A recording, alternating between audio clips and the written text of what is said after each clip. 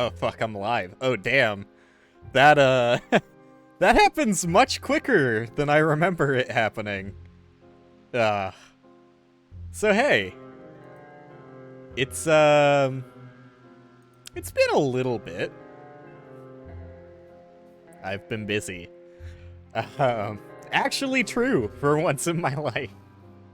I've actually been pretty fucking busy lately. Alright, let's get into the game, because, you know, The End is Nigh is not a game. I shouldn't say that, that's really mean. I was gonna say The End is Nigh is not a game worth talking about. That's mean. It's a good game. I'm just rolling with the— oh fuck, my timer is red as hell, dude! I'm not doing that bad, am I? That's the one thing I forgot to change the color of. It's not that it's not worth talking about. Don't get me wrong. The End is Nigh is a great game. But when you've done the exact same jumps about 300,000 times, it gets a bit stale. It gets a bit stale to go, ooh, ooh, ooh, ooh. Am I gonna make it? The answer is usually no. Given my track history. Alright, Super Mega Kart. This is the only thing I have left to do in this game. So here we go. I need to check the audio balance, actually. I'm not 100% sure on that. I think it's quiet as hell. I mean, it doesn't look terribly quiet. My audio— I fucking hate audio balance. Dude, I hate everything about streaming that isn't just me talking.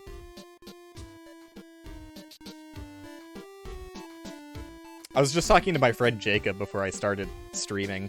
Well, not just, but I did talk to him today. And, yeah, I was telling him, like, that's also the thing I hate about game development, is making a game is, unfortunately, just part of the way there. Actually getting it to people's hands and having them be able to play it on their system is another story. Dude, this feels so fucking weird to me. Like, I knew it would feel weird not having done this in a while, but this is an extra special weird feeling. Yeah, don't expect me to do too well at The End is Nigh either, because obviously I'm not fucking doing this in my off time again. I'm just gonna shit on The End is Nigh this whole time, I guess. Not trying to be rude, but, like, I don't know. For one, it would be kind of weird to stream, like, you know, hours of me doing these challenges. Wow, very skilled gameplay. Where did you learn to play like that? It'd be really weird for me to stream hours of these, like, grindy endurance challenges and then just fucking come back and be like, yeah, sorry guys, I just did all that shit off stream. But again, when I stopped streaming— what am I fucking doing? That's bonus. Bonus on aisle 12, anybody? When I stopped streaming, I didn't necessarily know I was gonna come back to streaming. And that feeling stayed that way for awesome. for a good few weeks, at least. There were a good few weeks where I was very content not streaming. Like, the idea that I didn't have to stream every single weekday was very calming. But I think that's almost entirely just my own fault. Like, I should have never started with a schedule. I guess I didn't start with a schedule. I should have never introduced a schedule. Because I think a schedule is where most of my frustrations and disappointment with streaming came from. If I just, you know, chilled out and maybe did, like, a stream every few weeks, I would have been a much happier camper. But I don't know. There's something about that, right? Like, I kinda— I don't know. I mean, obviously, I hate the atmosphere around, like, people giving advice and advocating certain strategies for how to become a streamer. It's, I mean, it's just full of a bunch of people who, you know, obviously got lucky. And anybody who says that it was, you know, purely skill and determination alone is facing some unfortunate levels of survivorship bias. Um, so where was I going with that?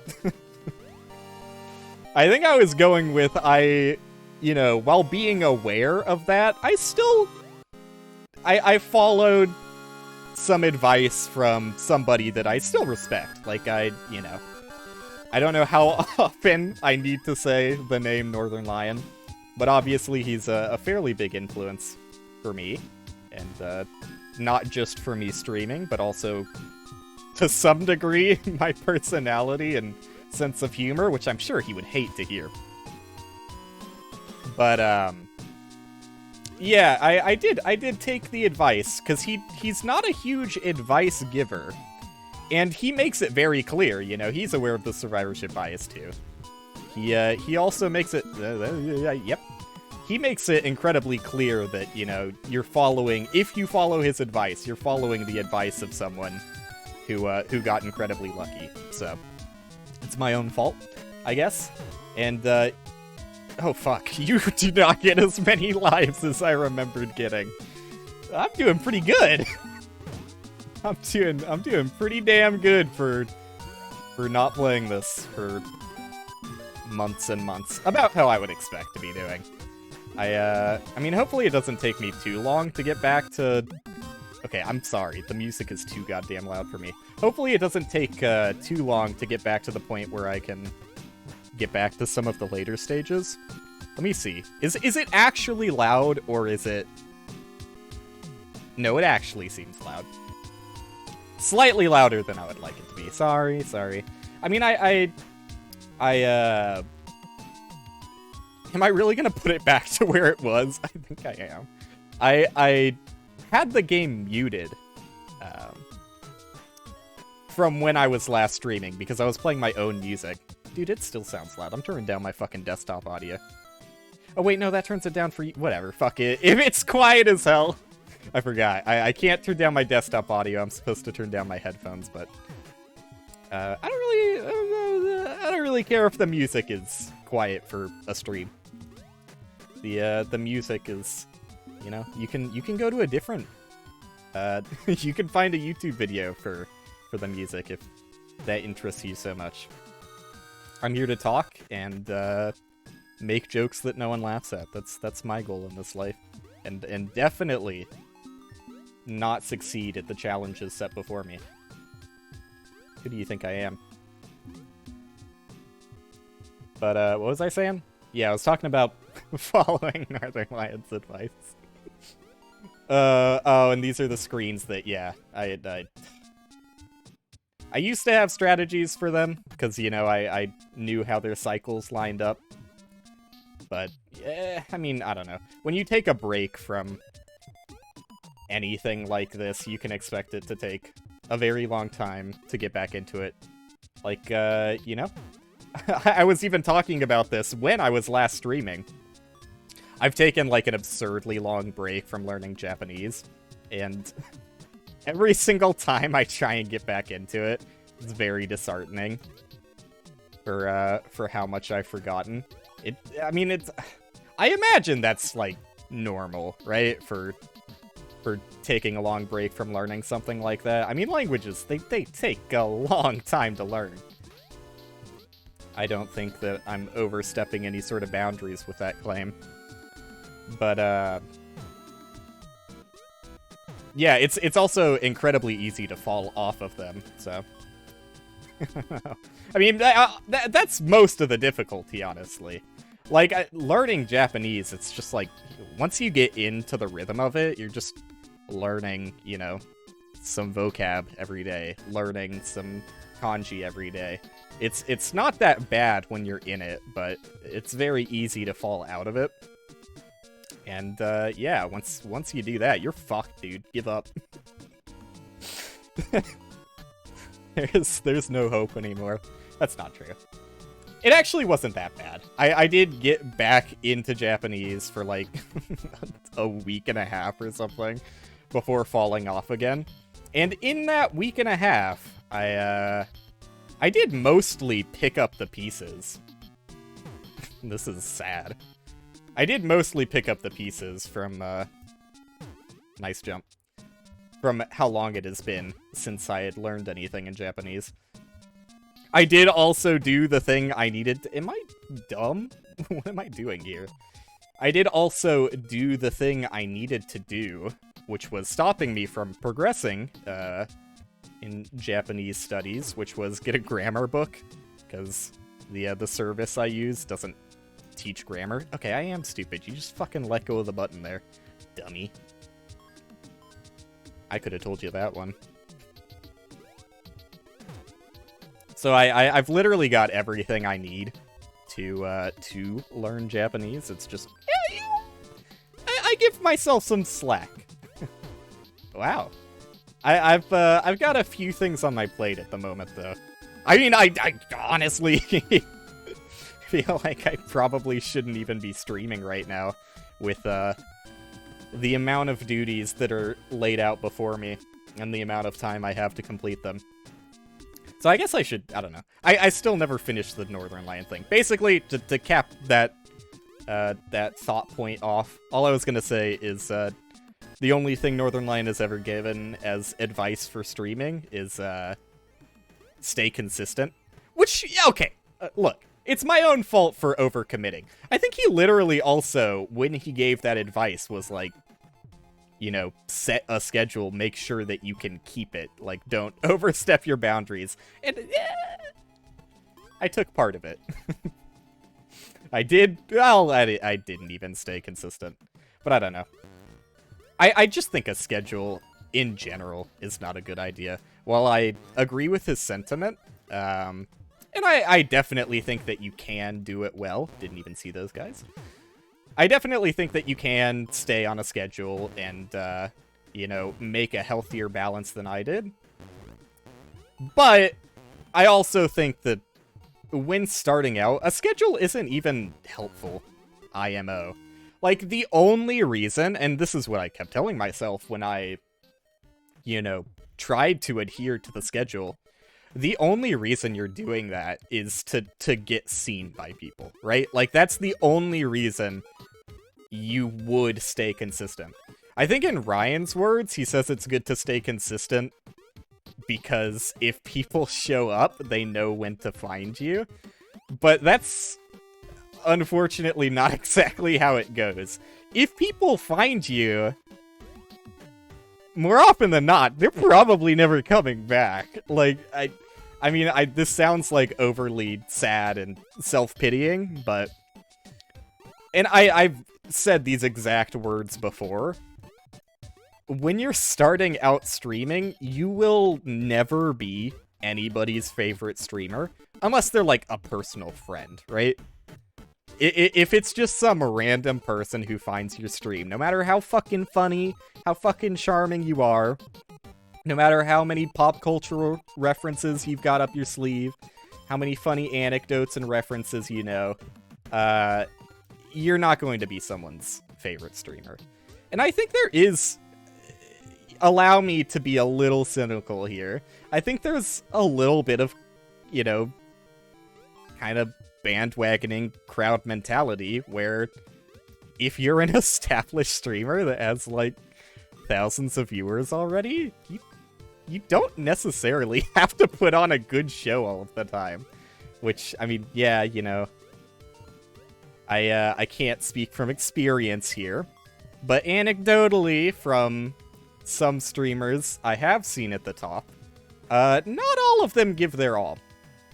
And, you can certainly find plenty of streamers with 0 viewers who are fucking streaming their goddamn heart out. But it just doesn't matter.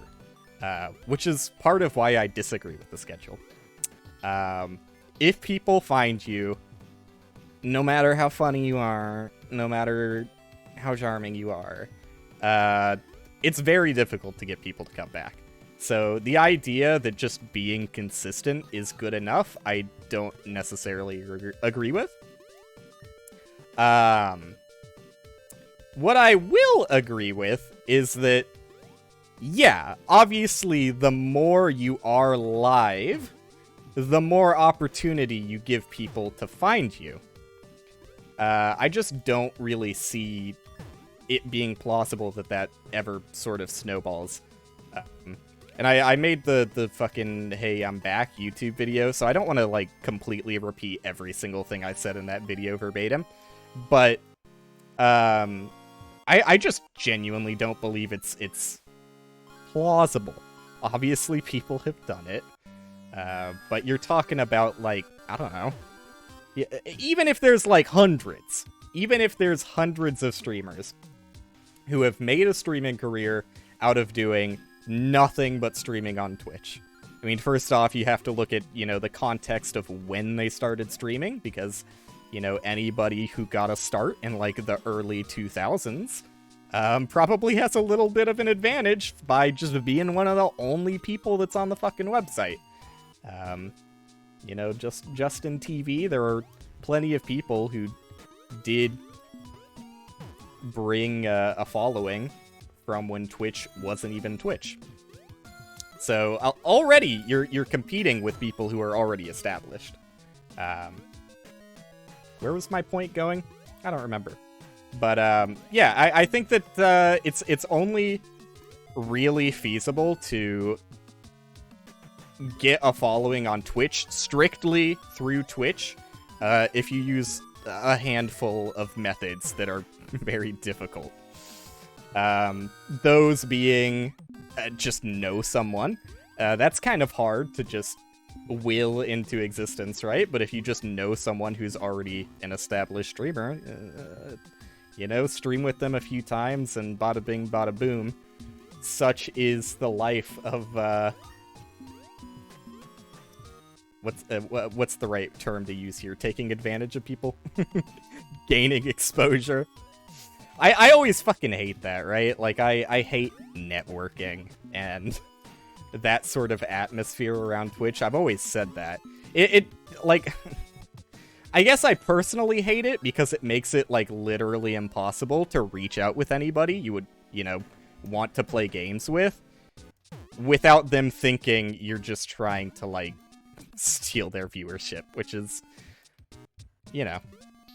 But it's impossible to avoid. Like, you just can't. You just can't reach out to someone who has, you know, an already foundational viewership on Twitch and not have that sort of vibe if you say, like, hey, I think you're a cool person. We should play games together.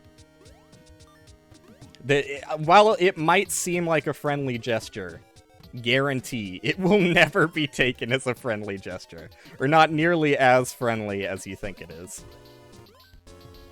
But maybe that's just me. Maybe I'm the asshole here. Maybe it's just that's what I'm telling myself because I'm nervous to, like, talk to people, which is, you know, totally fair.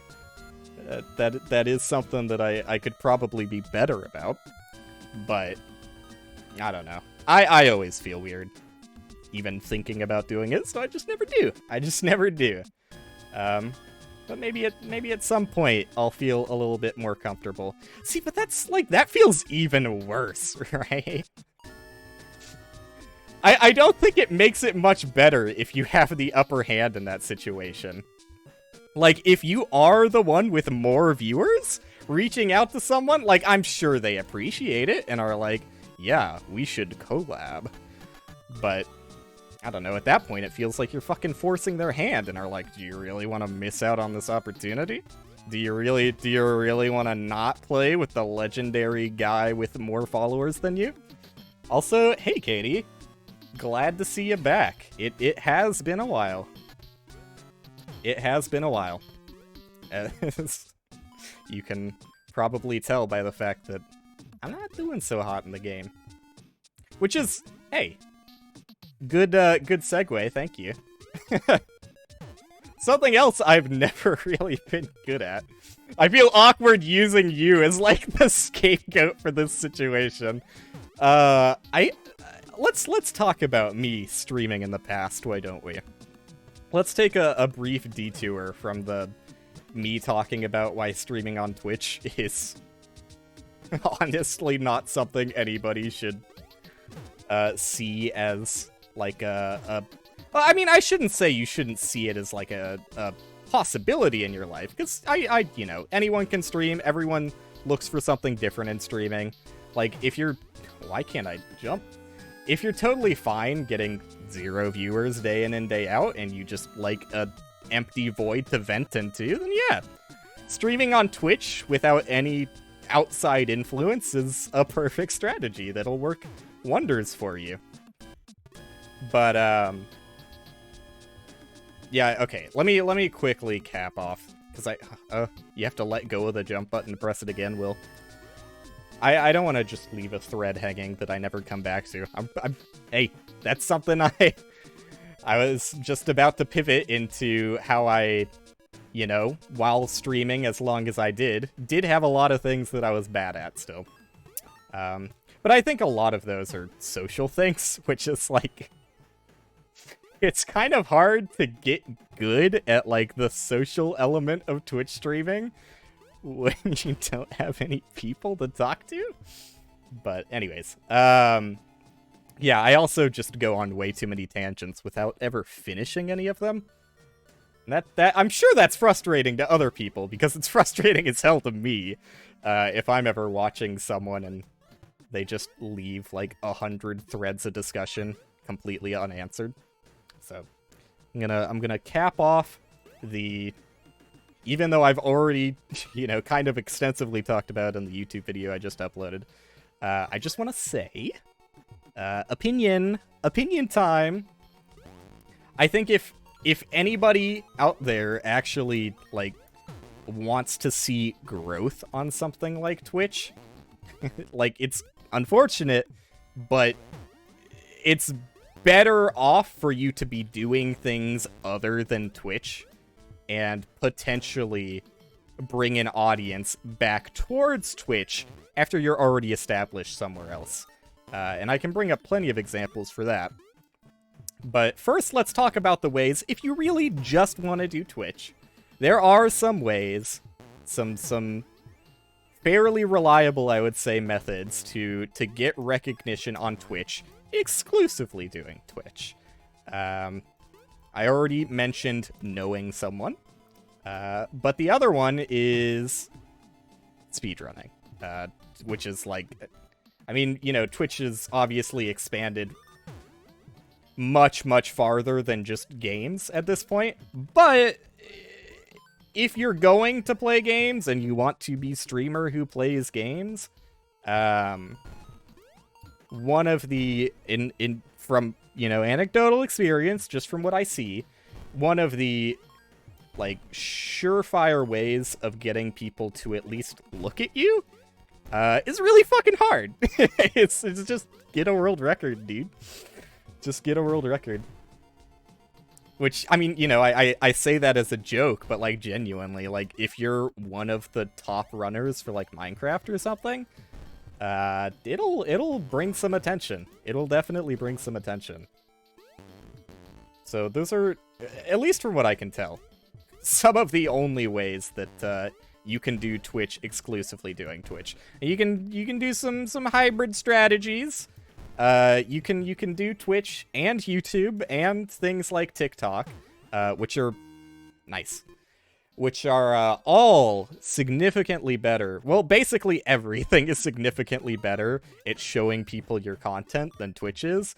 If you have 0 viewers, Twitch just, like, throws you in a fucking trash can and shuts the lid on you because they're too embarrassed to look. There's more or less no help from Twitch. So you kind of have to... And I say, like... I literally was saying, like, these are the strategies for how you get noticed on Twitch using Twitch exclusively, and both of my answers are know somebody in real life outside of Twitch, and get on a fucking leaderboard outside of Twitch. Like, yeah, you're streaming the games to get the world record, or just good time in general, on Twitch, but... You're not getting seen in the Twitch category because you're playing Minecraft. You're getting seen because people looked at the leaderboards and saw you were, like, top 10 placement, and they checked you out from there. more often than not, like, watching a VOD of, like, your PB or something, and then deciding, oh, I'm gonna give this guy a follow, and then they'll come back later. But as for, like, I don't know, finding... And I'm guilty of it too. It's not like I'm actively searching out. But I feel like I'm a pretty, average sample for a Twitch viewer, as someone who does watch streamers myself. Like, I've got the streamers I watch, and I watch them. Like, I've got plenty of content on my plate. Also, I want to say, because I did kind of, like, I did kind of earlier say that, like, oh, there's hundreds and thousands of streamers with 0 viewers who are trying their heart out, but, like, there's no one at the top. I don't mean there's no one at the top who's trying. Look, now I'm gonna name names, because this is not punching down. This is, like, the epitome of punching up, so I don't feel bad naming names. I've watched a handful of Ludwig, just because, I have seen him interact with some of the streamers that I do watch. You can probably guess who the one in particular I'm talking about is, if you've watched me for any amount of time. So, yeah, I've checked into Ludwig's stream every now and then. And, look, I'm not gonna say he doesn't try, because obviously he does, and he's there all the time. Like, he does stream a lot, so just that alone is good on him for at least being there, which a lot of streamers at the top have about as consistent of a schedule that I'm aiming to have with this comeback, so I can't necessarily act like I would be any different, but yeah, at least he streams, like, very, very often. And he does try and do interesting things every now and then. Like, he's got his own game show, right? Like, that's good. That's good content. I haven't actually watched any of it, but he is trying to make, like, better production value content, which is aspirational. Like, that's cool. I don't have any problems with that. But in the few streams that I did turn my attention towards, I'll name them, because they were all Jump King. Which, I mean, look, I'm not gonna act like it's even his fault, because, like, I get it. Like, I'm also playing a game where you're doing the exact same thing over and over again. It's difficult to try and, like, spin conversation out of nothing, right? Especially when you stream as much as he does stream. Like, while I'm sure he has plenty to talk about when it matters, like, he's on the air so much that, like, what anecdotes could you possibly expect from the man? When it's only been, like, a few hours since his last stream. And for the game he's playing to be something that you can't rely on the game as, like, a talking point at all, I'm going to say it's not the worst example of a streamer not saying anything. But, that being said, I did skim, because I typically watch VODs. I did skim for a good few hours of content, and dude just be silent. Like, he just had, like, media share and donation musics going, and hardly said a fucking word. Except when he fell, he would, do the YouTuber overreaction face, and then, try and be funny, and then go back to not saying anything. Which I get. Because, yeah, like I said, it's fucking hard. It's fucking hard to try and keep a constant stream of dialogue for hours and hours of doing the exact same bullshit over and over again. But here I am trying. Not to say he's not trying, though maybe that's more flattering. Maybe he would like it if I said he's not trying, because I'm sure, yeah, let's go with that. If he was trying, he probably he could do way better than me. He could talk for hours and hours at end. He just wasn't trying. Let's go with that story. So that's one of the iffy ones that I've been to. But again, that's one stream out of, hundreds that he does in a year. I'm sure he does plenty of incredibly PogChamp streams, gamers. I have no doubt. But the one that I've always looked at and respected, even though I don't really watch that much of his content, is Germa. And I don't think that comes as a surprise to anybody, because, he really does feel like he doesn't need to try. And I think Ludwig is, a good example of that. He doesn't need to try nearly as hard as he does. But you can tell he's constantly coming to every single stream with just, an absurd amount of energy. Truly, truly admirable. And then, do I have to honorable mention? My streamer 101 on the global Twitch leaderboards, Ryan Gary. There you go. That's it. He just gets an honorable mention. I say Northern Lion's name enough that I don't need to find every single opportunity to talk about how I like the guy. Where was I going with that? I think that's enough of talking about streams and streaming and just kidding. I have more. But on a different note, I'm surprised my throat is holding up because, isn't that a fun sentence? You use that one often? I was talking to my friend Jacob earlier, and I got a little bit heated, not gonna lie. I got a little bit loud and boisterous when the topic of Terraria was brought up. Because I just fucking, dude, I'm not gonna talk about Terraria for the 1000th time. It just fucking baffles me, though. The decisions that got made for the final update of the game. Just insanity to me. But whatever.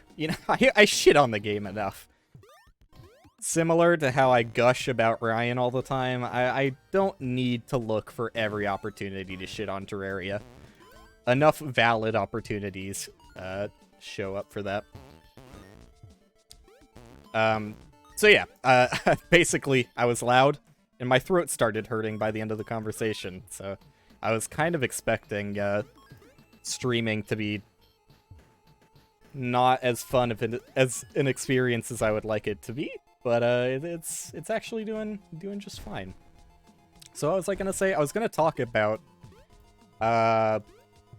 things in the past that I wish I could have been better about, but also I fully understand that there's only so much I can do. Like I said, I'm just doing this as a reference point for myself because I like to have a steady list of things that I can improve on. So here is that list. I have never been good at chat interaction, which, yeah, again, surprise, surprise to the guy who gets chat interaction, what? Once every, 20 streams he did? It's no surprise that I ended up in this position. But, okay, good. I thought I remembered that being safe. Okay, that was a little frightening. But it's still something I'd like to improve on, right? Even though you can fully comprehend and understand that there's a good reason you're bad at this thing, it's, it doesn't always have to be, a demoralizing experience to look back at things you could have done better. I think you can always take a constructive approach to it, so yeah, here you go. In season... Okay. I don't know why, I have something that's working already, and I always try and find a new shortcut to make it easier. I mean, sometimes it works. In, Season 2... You embarrassing. He did the season thing. In Season 2 of WillPending being a dickhead on the internet, I would like to try and get better at chat interaction. hopefully sooner rather than later, just in case an absolute deluge of people show up out of nowhere. Not that I'm expecting it to happen, but it might happen. It would be cool to not, like, completely embarrass myself in the face of new people. So that's something I'd...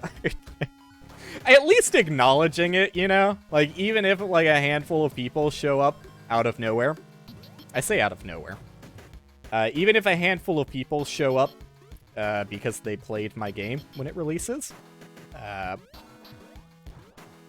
least having this recorded footage of me talking about how I'm bad at it will make me feel slightly less embarrassed when there's, like, let's say 10, even. That's not a flattering number. Let's say when 10 people show up and I act like a complete fool and embarrass myself.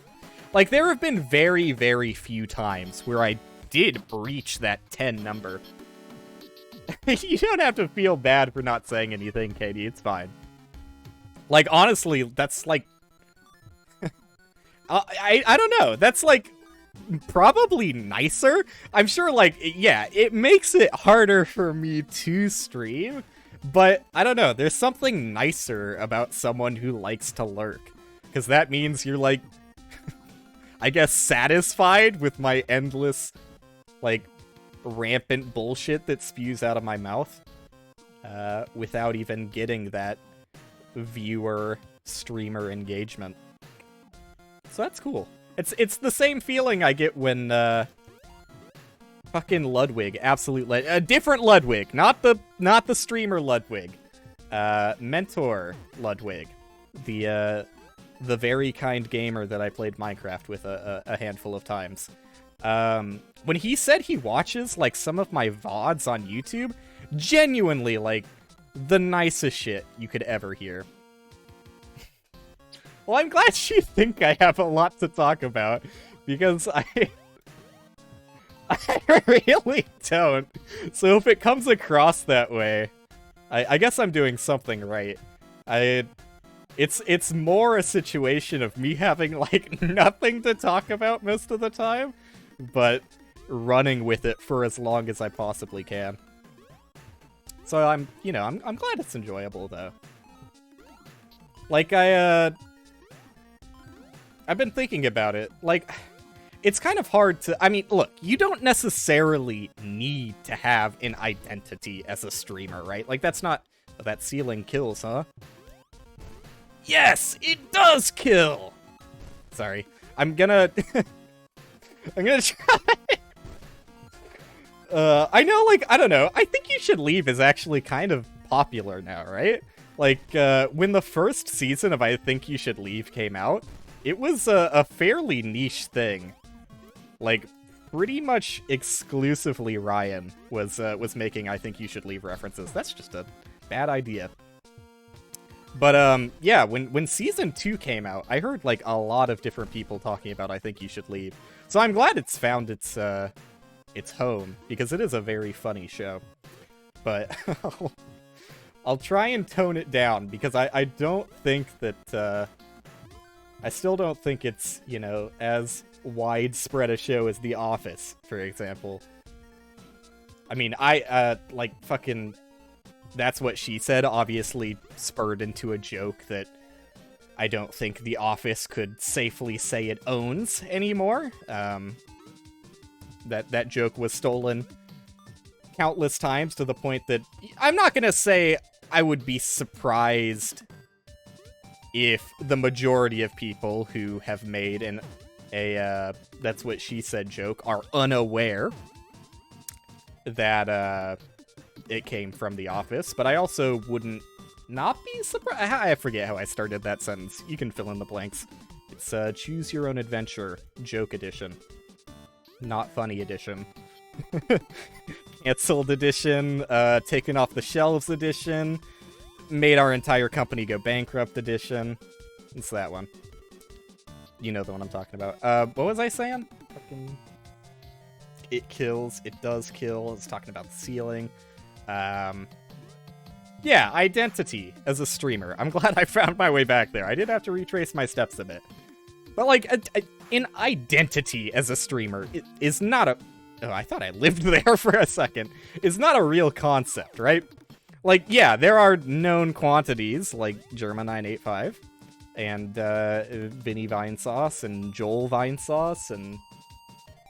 You know, these are personalities that you kind of get the vibe off of just hearing the name, if you're familiar with them, I guess. It's not like the words themselves hold a powerful energy that immediately familiarizes your senses to what I'm talking about. But yeah, if you know Vinny, then you can kind of recognize that sort of personality in stream, right? Like, I could define Chiblee as... I don't know, Chibley's kind of his own thing. Okay, that's a bad example. There are... Okay, how do I want to approach this? Because there are streamers with a smaller audience, which is why I don't necessarily want to name names here. But I picked Vinny on purpose because fairly regularly a particular YouTuber and streamer gets recommended to me. I've never watched them live. I've watched, I think, 1 or 2 of their YouTube videos. And I can't say this nicely, which is why I'm going to... Oh, I don't know. I can try and turn it into a heartwarming message. Yeah, let's go with that. Everything I've seen from them, which is not much, admittedly, but everything I've seen of them feels like you can tell that they were inspired to start doing what they're doing because of Vinny. Which is not necessarily... It's not necessarily an insult. I don't know why it sounds like an insult coming out of my mouth and why I'm so hesitant to say it. I guess it's because, like, everyone wants to have their own identity, right? Like, if you say someone is like someone else, you're inherently, like, taking someone or something away from them. Like, no one wants to have their individuality stolen. I get that. But at the same time, I don't know. Especially if it comes to, yeah, the whole networking thing. But if ever you were to, like, elevator pitch your stream, just being able to say, like, you ever seen Vinny? I'm kind of like that. It works. And that's why, you know, for good or bad, every single game gets compared to another game when doing a review of it.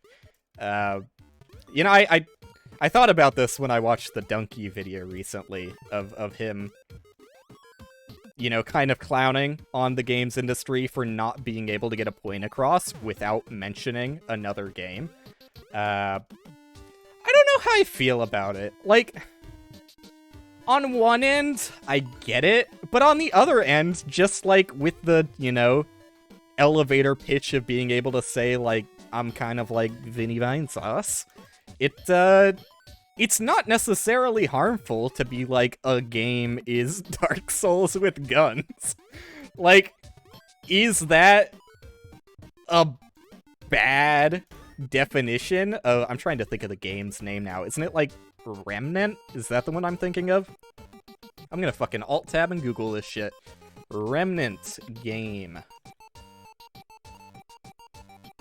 Yes? This is the one I was thinking of? Yes. I'm pretty confident. Yeah, it's not necessarily a bad definition of what the game is. Now, okay, look. When you go into the nitty-gritty, yeah, the games are very different when you're actually playing them. And again, I've never actually played the game, but I have watched a particular streamer play the entirety of it. So take everything I'm saying with a grain of salt, I guess. But I think it's a genuinely flattering definition of the game to say it's Dark Souls with guns. Like, if I ever made anything, if I ever made a game that got a headline, it's Dark Souls but blank, I'd be pretty happy with it. I mean, you know, both because it's funny, and also because, like, hey, you know, you're comparing me to something that's pretty fucking great, so I can't be too upset, right?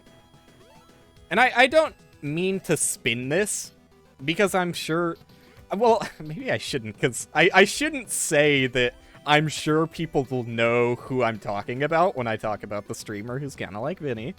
But to me, it's very obvious that that's an inspiration to them. I don't want to put it as like a imitation is like the finest form of flattery thing, because like obviously they're their own fucking person, right? And I'm sure they're not trying to be the guy who's like Vinny.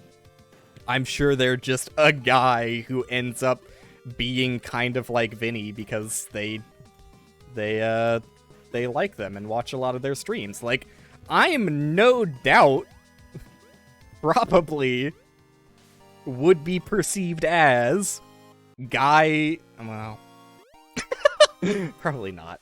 That's, I don't know. To me, I would be happy. Let's put it that way.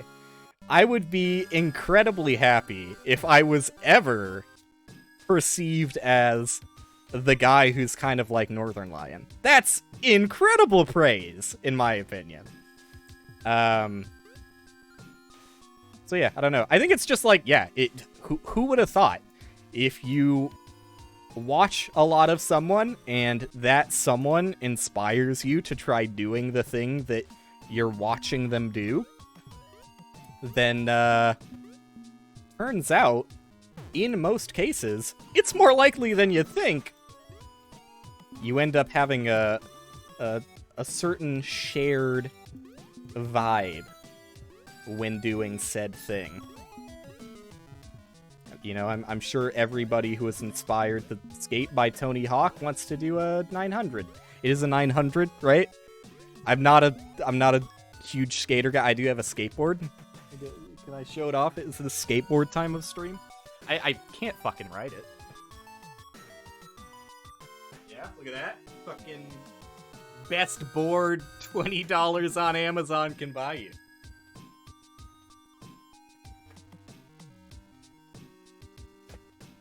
I mean, I just fucking, you know, I live in Houston. I say that as if people will immediately understand what I'm talking about. But, yeah, this is, it's not a great place to try and skate. Unless you want to get killed. If that's on your, to-do list, then I'm sure it's a great place to skate. But, unfortunately for me, like, the fucking sidewalks are non-existent. When they are existent, they're, like, tattered to absolute shit. You know, I'm sure I could find a skate park, like, no doubt. But also, like, I don't know, it's kind of embarrassing, isn't it? You don't want to be the, well, I guess I'm turning 24. I was gonna say 23-year-old. It is my birthday on the 18th. You don't want to be the 24-year-old at the skate park, just learning how to skate. That's always a recipe for embarrassment. I mean, you know, I'm sure that people would be welcoming. Don't get me wrong, but you know, I'm just an anxious guy like that. I look for every opportunity to be embarrassed, which is why I decided to start streaming. I was like, hey, wait a second. Guy who hates to be embarrassed? This seems like a really good opportunity for me. Let's put every single thing that comes out of my mouth live on air. But, where the fuck how did I get sidetracked by skateboard? I completely lost the plot on that one. I was talking about Vinny Vinesauce, I was talking about identity as a streamer. But yeah, like I said, identity doesn't fucking exist, right? Like, you are your own person. You know, if people want to perceive you and put you up in a little box, this is the guy who's like Vinny Vinesauce, then yeah. I don't necessarily think that works against you. That being said, I was going to start this whole thing by saying, like, I don't know. I feel like for a person who says an identity as a streamer doesn't exist, I feel like my stream could use a little bit more identity. You know, I do have some things that I was genuinely, like, proud of as an idea for streaming. Like, hey, I, to my knowledge, was one of the first people who streamed Human Benchmark. I'll always be proud of that. To actually beat Ryan Gary. Not that Ryan Gary necessarily always had his fingers on the pulse of the audience, but, you know, he's been trying more things recently. Oops, don't jump then. Always make that mistake here. What was I going for? Yeah, I fucking, not to brag, but I found a website before somebody else. Pretty impressive, right? I mean, I just saw it popping off on Twitter. Like, in the span of, like, 2 hours, there were, like, 3 different people I follow on Twitter that posted their Human Benchmark results, and I was like, what is this website? Did, like, 2 out of the, like, 8 or however many tests there are, and was like, this seems like it would be fun to stream. But yeah, I don't know. Like, look. While I say you don't have an identity as a streamer, which is true, I don't know. Maybe it's not true. Maybe I'm, everything I just said about not having an identity as a streamer, maybe I take it all back. Because there definitely are some streams that have an identity. Like, while I would never, and I'm gonna use Vinny again, while I would never say that this is all Vinny is, he is known for being, like, one of the guys who does game corruptions. I don't actually watch Vinny, so I don't fucking know how accurate that is anymore. But that is something you can look at Vinny and, if not reliably know that he might do that in the future, there is a backlog of things that would suggest he might. I'm not sure, maybe he's made a statement about not doing that anymore, but yeah, no, thanks for stopping by. It was good to see you again. Lurk or no lurk, it's honestly just flattering to know people enjoy watching at all. So, appreciate you. But what was I saying? Something like completely incomprehensible as always. Sounds about right. Yeah, I'm gonna take it back. I'm gonna say that maybe some streams do have an identity. Maybe all streams have an identity. Let's do the full 180. The rare full 180. Let's just pretend that I was playing devil's advocate that entire time. Now, maybe it's not a good thing to, you know, paint yourself into a box by saying you have this certain stream identity. Like, look, there are definitely some instances where that has been a negative for some people, no doubt. Like, people who were exclusively, and I'm not just talking about streams anymore, I'm just talking the broad scope of content creation at this point, because it makes it easier to talk about. The easiest example of a negative impact on a stream identity would obviously be Minecraft. And I'm gonna say YouTubers, because, I mean, while there were Minecraft streamers at the time, you know, when Minecraft was, like, first popping off, it was primarily on YouTube. At least in my eyes. Maybe I'm, like, completely missing out on an entire Twitch community of Minecraft that existed years ago, but whatever. I'm talking about the YouTube side of things. The reason why I say it's kind of negative to have that identity is, well, I guess 2 things. One is, if everybody knows you for that one thing, chances are people will be not as happy if you try and do other things. I mean, you know, in the Vinny example, let's say that Vinny exclusively fucking did, like, GameCube corruptions for his entire career, and wasn't a variety streamer outside of that. You wouldn't be surprised to see, you know, people leave and find something else that piques their interest. But I feel like, honestly, I don't know. I don't know where I'm going with this, because I kind of disagree with that nowadays. But in history, when content creation was in its infancy, you would hear tale of many a person who kind of cornered themselves into one tiny little niche, and if they ever strayed from that niche, they lost, like, 90% of their viewership, which I'm sure must be, like, an incredibly heartbreaking, demoralizing experience, no doubt. Yeah.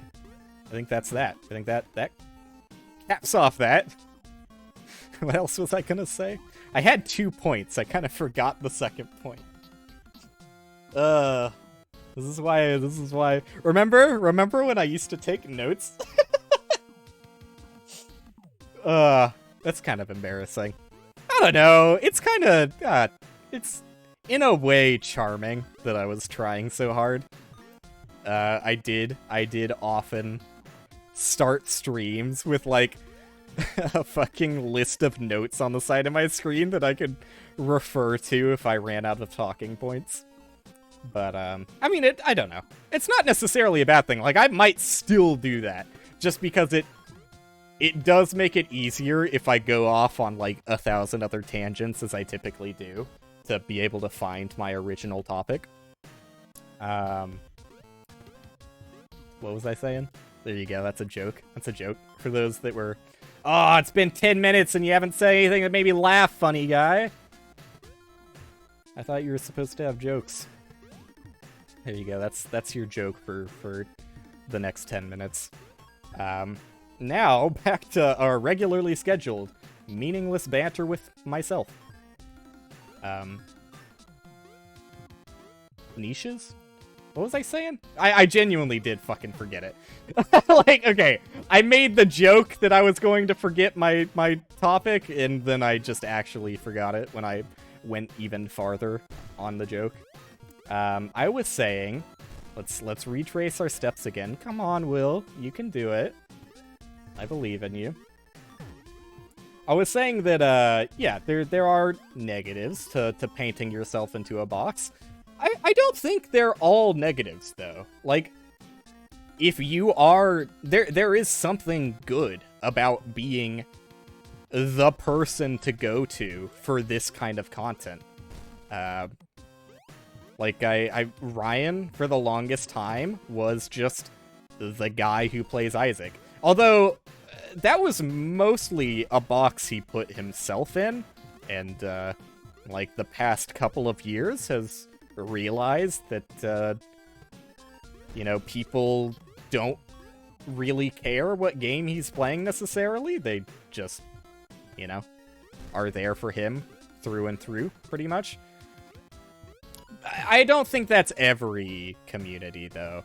Like, I do think there are still some facets of streaming / YouTube / whatever it is you're doing, if you have an online community.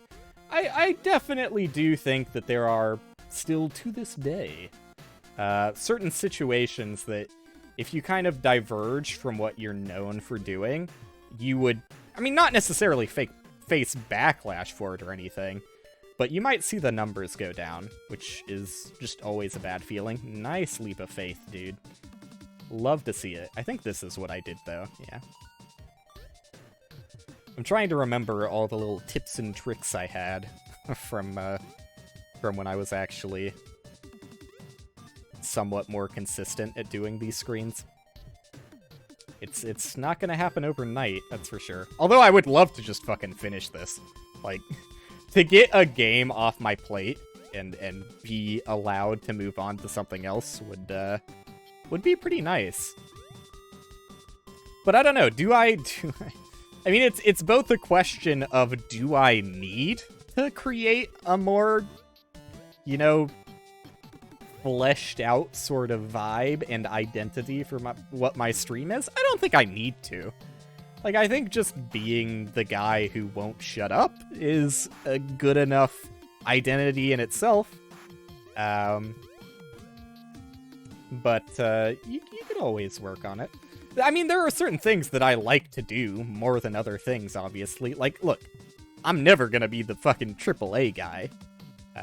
Both because that's expensive as hell, and also because I just don't have a lot of love for AAA games anymore. I will say I played Psychonauts, the new one, obviously. I played Psychonauts 2. It was good. It was actually, might I even say, better than I could have hoped for. That's pretty big. That's a bold claim to make there. I just guessed with the timing there. I have no idea what the right timing for that is anymore. Yeah, I would say... All my friends are dead. Alright. I would say that Psychonauts 2 was actually pleasantly better than I expected it to be. There are some things that felt weird about it, like... I don't know. I feel like this is just nostalgia at this point. Like, am I really gonna nitpick and be like, I don't think that the open world section of the game was as good as the original Campgrounds, and I'm probably just wrong, right? Like, I'm sure if you analytically looked at it, the new Campground is probably more diverse and interesting than the original Campground. But, yeah, just, it seems worse because I'm not playing the game when I'm 10 years old. That's just kind of how that goes. So I'm gonna try and take off my nostalgia lenses for a bit and say that Psychonauts 2 is a really good game. And if I'm just looking at it objectively, there are very few things for me to pick apart that I actually didn't like. Gameplay-wise, I will say it's obviously kind of frustrating, a little bit tedious, that, I mean, you might as well not collect anything your first time through, just because you can't collect everything. Like, what is the point in... It honestly, in a lot of cases, makes it harder if you collect things as you go, and then have to come back later to finish the things that the game literally did not allow you to get your first time through the levels. And yeah, God forbid you miss a figment. Like, I don't know. There's a lot of gameplay things that are problems the first game had. I don't think the first game... It's been a while since I played it. But I'm pretty confident, like very confident, that the first game did not have any collectibles that you could not collect the first time through a level. I might be wrong. But yeah, revisiting levels was not nearly as much of a thing as it is in the second game. Like, they do change the levels to some degree, which is it's partly why I don't like it. Not only do you have to go back to find collectibles the game would not let you get the first time, but also, like, you might go somewhere, you might think there's no reason to go somewhere, because when I was there previously, I'm like 100% sure that I fully cleared everything. Now again, as you play through the level, eventually doubt will set in, and you'll start checking the places that you're confident you fully cleared. But yeah, it just left a bit of a sour taste in my mouth. That, like, I mean, the one that stands out to me most in my mind is the first time it happened. And this might literally be the only instance of this, so if I'm making a mountain out of a molehill, my bad. But in the first level, Dr. Lobato's... no, not... How crass can I be? How crass am I comfortable being on my first stream back? I was going to say Dr. Lobato's Dick and Balls Torture, just because it kind of rolled off the tongue. But I don't know. Is that the kind of guy I want to be? If I'm enforcing an identity on myself as a streamer, is that really the identity I want to enforce? Maybe so, maybe not. The answer is absolutely yes, then. What was I saying? Yeah, in Dr. Lobato's Dick and Ball Torture, there is a teeth door that you unzip at, like, the midway in the level, and that's just your way to progress. Like, you open up the door, it opens up a cutscene, and you're on your way progressing to a different part of the level. When you revisit the brain, now again, it is kind of, like, laid out weirdly. It's just kind of laid out, yeah, it's just weird in general. There's, like, certain, like, teleport points, which I get, because, like, in a lot of the levels, there are, like, cutscene triggers that take you away, especially in Dr. Lobato's. I can't speak for the rest of them because I have bad, dumb brain. But especially in Lobato's level, there are many cutscene triggers that just put you into an entirely new area, which, again, gameplay-wise, can be frustrating if you're trying to collect everything, and then you accidentally walk too far in the level, and all of a sudden, you're in an entirely different place. But yeah, that tooth door that you opened prior to progress the level now just has a collectible sitting in it, and that's all that's there. So yeah, that didn't feel great to me. I would say that's probably, like, just the collection aspects in general of the game, I feel were not great. Not horrible, not great, on par with the first game. So, I'm not necessarily detracting any points when comparing it to the first game there.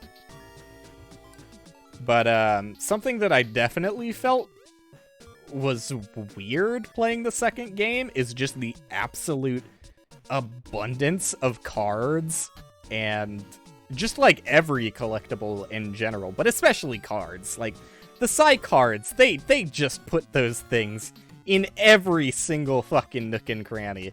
Like, you can turn your head, I swear, like, if I was a better content creator, I would make a new save file just so I could take screenshots of the areas and showcase that there's probably, like, multiple areas that if you looked at them at the right angle, you could see, like, 10 cards on screen. Like, that might even be an under-exaggeration. They really do put them everywhere. Which, you know, on the one hand, I guess just makes a happy gameplay feel that you collected the thing. On the other hand, it also means that missing a few of the thing is frustrating because the world is, like, the open world section of the game is genuinely pretty big, and there's a decent amount of verticality to it, so you have a lot of angles to look at to get that 100%. Oops. Yeah, I don't know. I guess it feels, like, overwhelming until it feels underwhelming and disappointing. But, I don't know. All things considered, it is, like, look, like, the gameplay side of it, like, what are you doing other than collecting? Like, the combat's not great. I don't think anybody's playing Psychonauts 2 because of the stellar combat system. So I guess gameplay-wise, all there really is the collectible aspect, and it's not great. But I actually thought the story was surprisingly well done. There was, I don't know. You can think what you will about the final twist. Whether it's well done or not is up to each individual. Wow, slick moves, kid. I don't know really where I really sit on that. Originally, I did think it was kind of cheap. I thought it was very strange that there was like a fairly major twist right at the end. I mean, there's a few twists, which I guess is why it feels maybe not as good to me. Okay, that was pathetic how many times I died on the screen, by the way. The original twist, I really like. I will just say that I think Maligula was done better than I expected when I first learned. Trying to tiptoe here.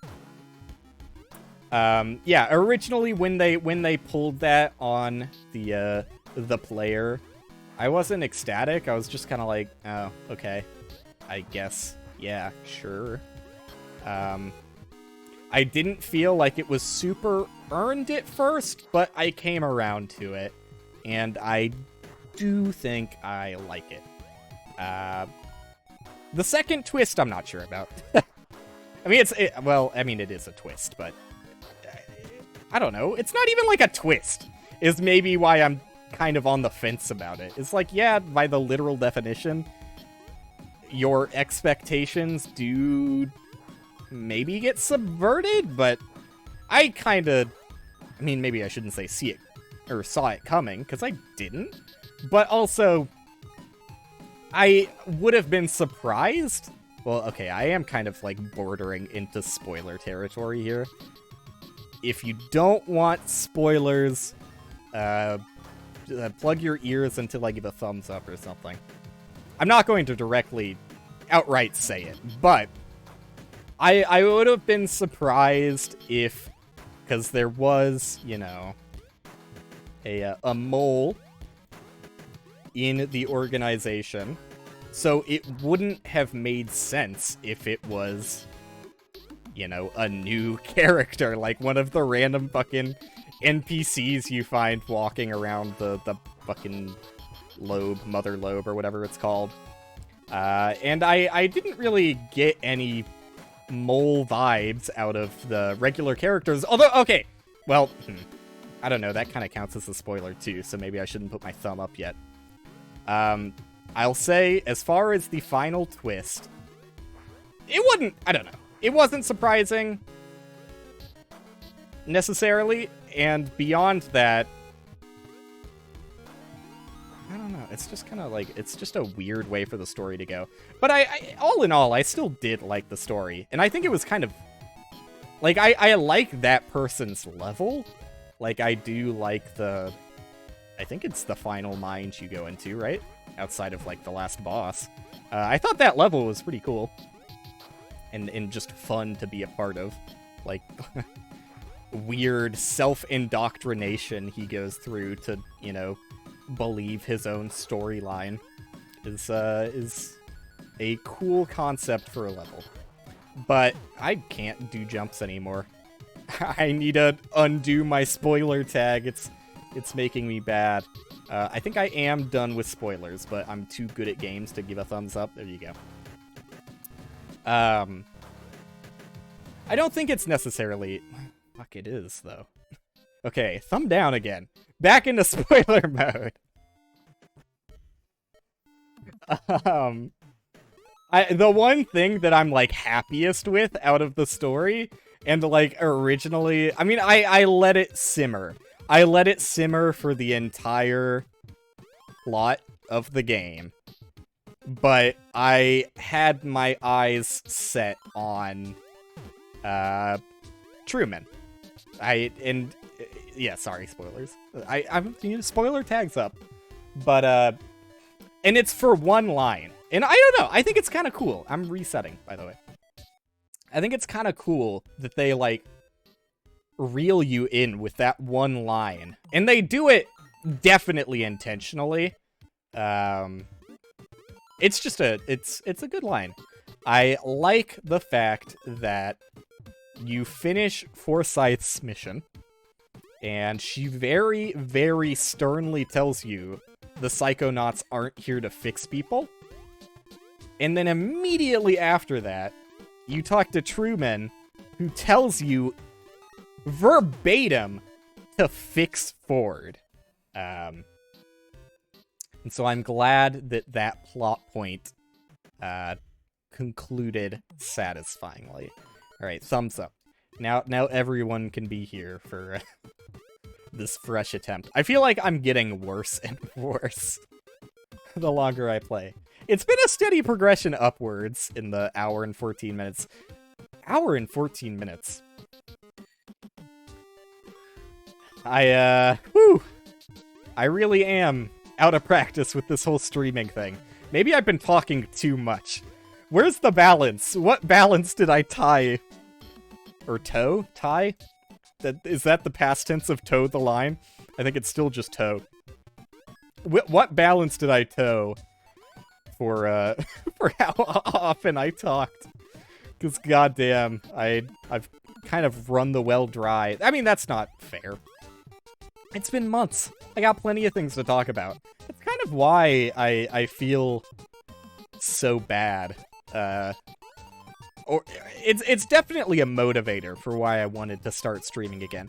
For a few reasons. One, while I was trying to identify things that I was bad at when it comes to streaming earlier, all in all, like, if you look at 9 out of 10 of the VODs I've got on my YouTube channel, I was probably happy with the results of them. It's just the few that I was unhappy with. I mean, look, I was always unhappy numbers-wise because they just don't exist, right? Like, it's kind of hard to avoid that. Like, obviously, you shouldn't look at the numbers. Like, it fucking shoves them in your face. Like, you can't really avoid the numbers. I avoid the numbers while I'm streaming. I have no idea if anyone's watching me right now. And I think that's a healthy balance. But after the stream ends, it's kind of unavoidable. It's not, but also, like, human curiosity. You want to know how the stream did. Whether it's a healthy practice or not, like, it's unavoidable. I'm probably going to be, like, keeping my eyes on the Steam release when I release Bounty Below in a couple days. It's just like, you want to know how you were perceived. Whether that feeling makes you feel bad every single time doesn't stop you from getting the urge to do it again when the opportunity presents itself. So, yeah, I look at the stream results after the stream ends. And usually feel bad. But whatever. Sue me. Yeah, I don't know. I like, thinking back on it now, I do think that I am, like, mostly happy with my backlog. There are very few VODs I've deleted. I think, like, literally, like, 3. I remember deleting not even a VOD, but the start of a randomizer, and I just ended up, like, it's one of my first VODs. I was doing a rando stream. The audio was messed up, so, like, I was only getting part audio, and I realized later that it was my headphone cord that was, like, kind of broken and the connection wasn't great. So it wasn't actually affecting the stream at all. The stream audio was, like, completely fine. But I thought there were audio issues, so I just, like, turned off stream and was like, I don't know if I'm gonna stream again. That never made it to YouTube, but I did stream again. And that did make it to YouTube. I remember there was one session of... Oh no, there was one randomizer I did with my girlfriend that we both just decided we didn't want to finish the rando because it kind of sucked, and, like, she's not streaming. I felt a little bit guilty, like, if we were, because we do, and, well, maybe not do, it's been a while since we did, but we did do randomizers together off stream, and if there was, like, a particularly shitty one that we weren't enjoying, we would just stop it. So I felt kind of guilty, like, obviously I wasn't literally holding her hostage, but you get that kind of feeling when, like, it does put up, like, a social kind of barrier of, like, this is going out to the public live. Do I really want to just be like, let's fucking scrap it here and and call it a day. So I made the call for her because I could tell, and I was just like, yeah, let's cut it here, because the rando sucks, and I'm sure that made for an uncomfortable environment for her as well. So that VOD never made it to YouTube. And then there was a Mario Party stream also with my girlfriend. I don't want to make it seem like she's the reason for these, by the way. Although, you know, it's not like she ever told me to delete the VODs, but maybe it's just part of my brain being like, if she was the one streaming and I was the one just playing a game with her and we just fucking quit the randomizer, I don't know. I would maybe feel embarrassed to have that footage live for the rest of history recorded on YouTube. So I did the honors and just stripped them. But yeah, there was the randomizer run and the Mario Party stream we did. One of them. I think there's still a couple, maybe just one Mario Party stream we did that's still on YouTube. But yeah, there was one that her internet went out for like a split second and killed the lobby, which I know... Ooh, please... Okay.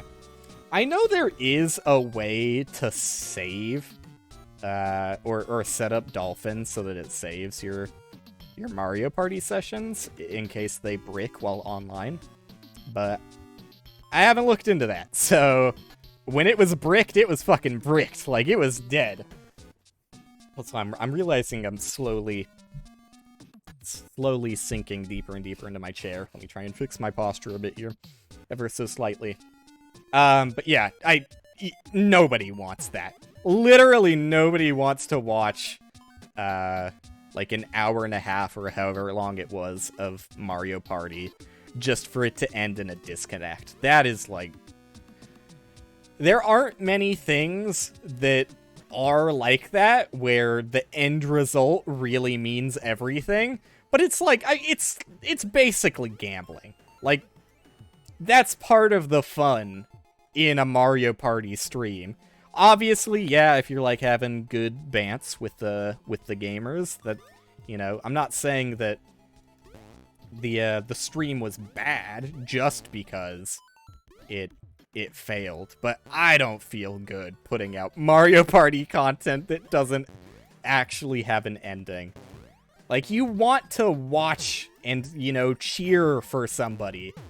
And it, you know, as Mario Party games, well, I don't know. There are plenty of Mario Party games that end up being completely one-sided and the victory is set in stone from, like, turn 3. But, in a lot of cases, if it's reasonably close at the end, it's all down to random chance bonus stars, which it was in the case of that particular time we played. So, it just feels bad. Both to live through that experience, and also to upload that, so that other people can experience that bad feeling of like, we spent like 2 hours leading up to this moment, and we don't even get the moment. So, yeah. I think those are literally my only 3 deleted VODs.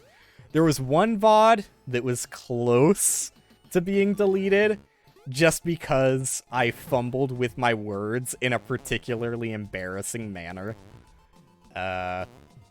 It was also a randomizer stream. Please don't search it out. Because it is embarrassing, like, I tried to make a joke, but it, yeah, the words didn't find themselves at home in that one. So, it's not like I said anything, like, bad, it's just, like, you can tell that I didn't mean for it to go there, and, like, desperately tried to laugh it off in the moment, but was clearly very embarrassed. So, that stream, while I don't love having it out there, is still out there. I tried not to delete streams just because I felt bad about them, because I feel like that sets a pretty bad precedent.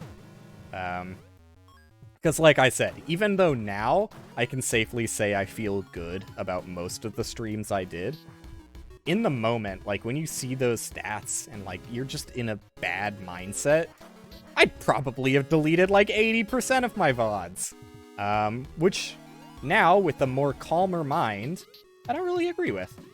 I think that at least 90% of them are still watchable today. Maybe not the earlier ones, because, like, yeah, obviously you start out bad when you do something new. Which is, yeah, as we discussed, why I don't want to go to a skate park. I would love to just skate freely in, like, my own driveway, but we don't really have a driveway. Are you fucking insane? Have you seen the housing market literally anywhere that people live? Yeah, oh, if you just, like, move to fucking Iowa in the middle of nowhere, where you have to drive 3 hours to get to the grocery store, you can buy a house for, like, $2! I bet you can. I bet you can. But, yeah, in places where I would want to live, the market ain't so hot recently. For a number of reasons that I could probably go off on, but I'm not gonna make this a political stream. If anything, that's maybe some of the streams that, well, I don't know. I don't feel too bad about the streams that I got political on. The only thing I feel bad about when I talk about politics is, like, I should make it very clear that, like, I don't do my research, and anything you hear about me talking about politics is just more of a vibe of what I agree with. And I'm sure that, you know, with enough feedback and, like, actual discussion with someone who does know what they're talking about, I could probably be swayed on certain things. So whenever I talk about politics, I don't mean to come at it as a authoritative perspective by any means. Like, do not look at me as any sort of authoritative individual with basically anything I talk about. Like, I have the experience streaming, so I can tell you a little bit about what I think does and doesn't work with that. I've made, well, close. On Friday, I will have made 2 games that have released on Steam. Which isn't much, but it's definitely more than most people, so I guess I have something to say about that. Although my opinions on games and, like, my design philosophies for games are much more rigid and, I guess, stronger than you would get from the games I've made. Let me, like, I'll be the first to say that the games, and maybe I shouldn't say this 2 days before release, but the games that I have currently been a part of making aren't my best work. Not that I mean, like, I'm not trying my hardest with them, because that's not true either. Like, I do, and especially, like, recently, as I've been adding some of the more, like, important content to Bounty Below to really make it click. I shouldn't have waited on that one. This is a pretty bad screen to wait on. Especially as I've added some of the content that made it click and made the dungeons mode actually feel good. I've been more and more happy with Bounty Below. More so than I have in the past, like, 5 years of working on it. So, it's not like I'm intentionally, like, half-assing it or anything. All of the work that I'm putting into Bounty Below is truly, like, the best of my capabilities. It's just that, like, the game was designed from the start as not to be something that I would be proud of.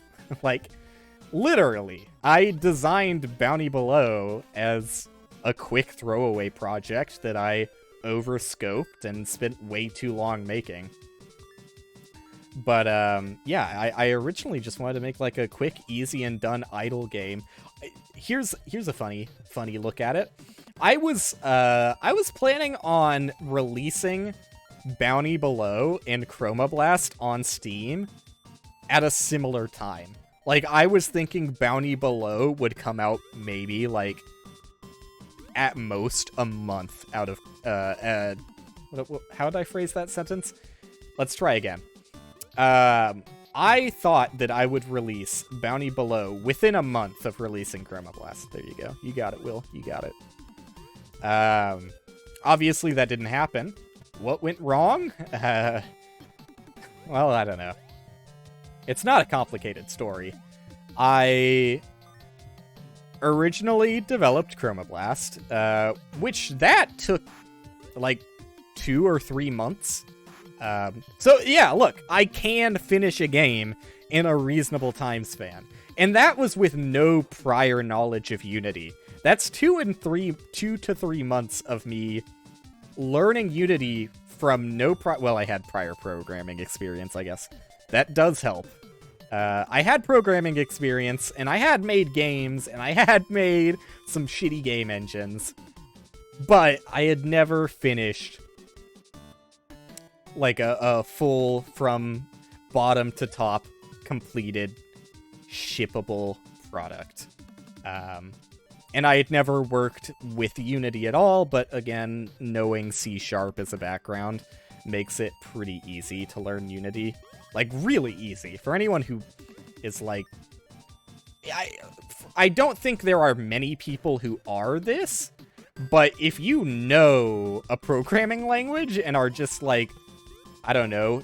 Oh, I did not do this correctly at all. If you already know how to program... Wow, that starts the timer, huh? If you already know how to program, especially if it's C# or fucking Boo or whatever the fuck Unity also uses, do not be intimidated by the software side of things. It's a pretty... look, I'm also speaking from like a multiple years outdated version of Unity because I bought the permanent license for the last permanent license they offered. I know, pampered. showing my privilege, sorry. But I am glad I did it, because I fucking just despise subscription-based services in general. By the way, yeah, sub button at the top right. You could sub to me on Twitch. But I do kind of despise basically all and any subscription services. There are plenty, like, for example, I do fucking order in food way more than I should, showing privilege again. So yeah, when there is a subscription service that'll flat out save you money, obviously there's a good point towards using that subscription service, but most subscription services I just go, yeah. I don't really like games with subscription services either. Like, it's a super outdated model at this point. Like, no fucking games are running subscription services other than, like, what's the only popular ones are WoW is still subscription, right? I'm pretty sure it's still subscription. And Final Fantasy XIV, I think, is also still subscription. And those are it. Is it 14? Or is it 13? Or is it... No, it's definitely 14. I got it right. And yeah, old school RuneScape, I guess, counts. It does count. It does count. I don't know why I'm giving it a pass. Because, yeah, I don't respect the model, but I don't really respect the game either, actually. As someone who has spent way too much time and is going to be playing Leagues 3 when it comes out, I don't respect RuneScape. You don't deserve my respect. I mean, you're doing well enough without my respect anyways, so good on you. But, what was I saying? I feel like here we go. I feel like I definitely had a topic of conversation that I did not cap off the way I would like to. It's fucking lost to time, man. Before subscription services, I was talking about... Unity! Unity! Oh, okay, I brought it back, dude! Ah, that single-handedly saved the entire fucking stream.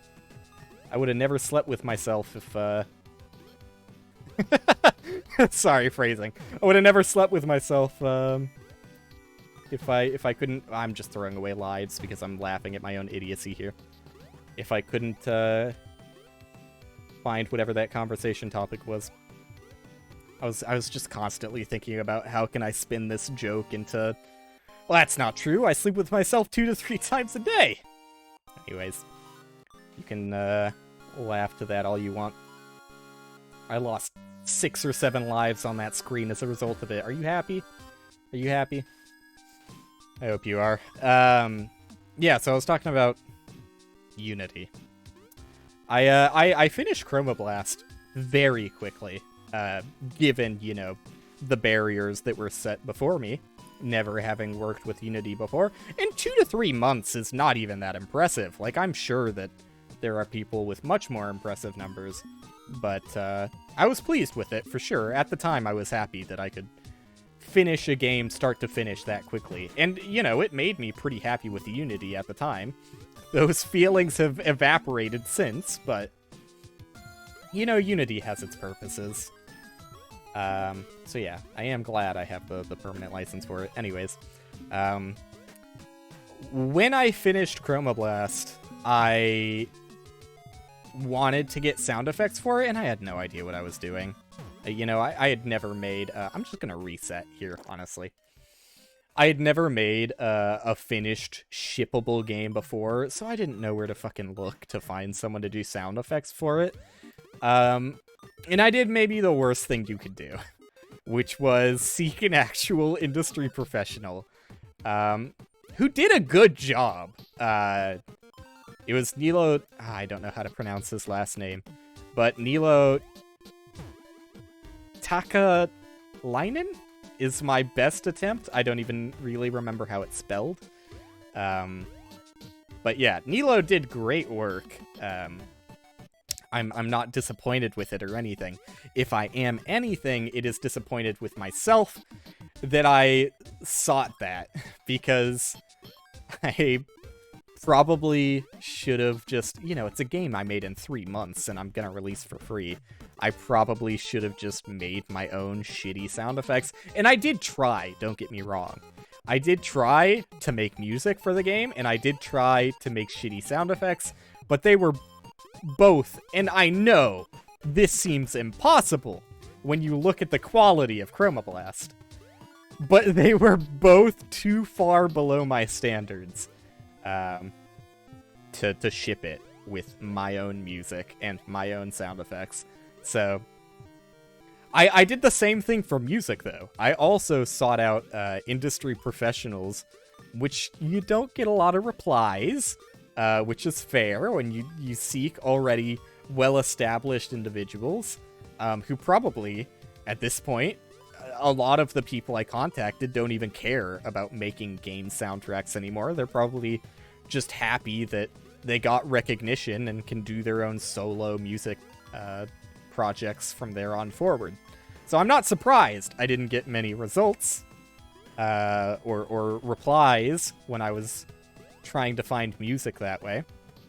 But I did, through some weird roundabout way, end up getting recommended someone from an industry professional. They were kind enough to reply and be like, I'm pretty busy, but I have a friend of mine who would be willing to help. And so I contacted their friend, who agreed to make music for my game. But then later they said something in their family came up and they were going to be too busy with that to actually complete what they had started. So they were like, it's early on enough that if you want to use this track, you can, but I'm just going to put an advertisement, if you're okay with it, I'm going to put an advertisement to a group that has a lot of very talented musicians that are, you know, all starting out, and none of them have like a single professional job to their name. Not like, I don't mean like they don't have jobs, I mean like they've never done a music job. So I was like, sounds great. You know, if you can hook me up with someone this way, I'm pleased as peaches, right? And I got a few people who reached out after they put that call out. And I originally wasn't gonna go with Jacob. For those that don't know, the friend I talked about earlier, the one I talked to today, is also the composer for Chroma Blast and Bounty Below, and genuinely good music guy. You should check out his music because I think a lot of what he's done is pretty good. But enough shilling for my friend aside. Yeah, originally I wasn't gonna go with them. Because there were a decent amount of offers, like 6 or 7 of them. And a lot of people, like, God, I can only imagine what it's like. A lot of them gave, like, demo tracks, just using, like, my trailer footage that I had of the game at that time.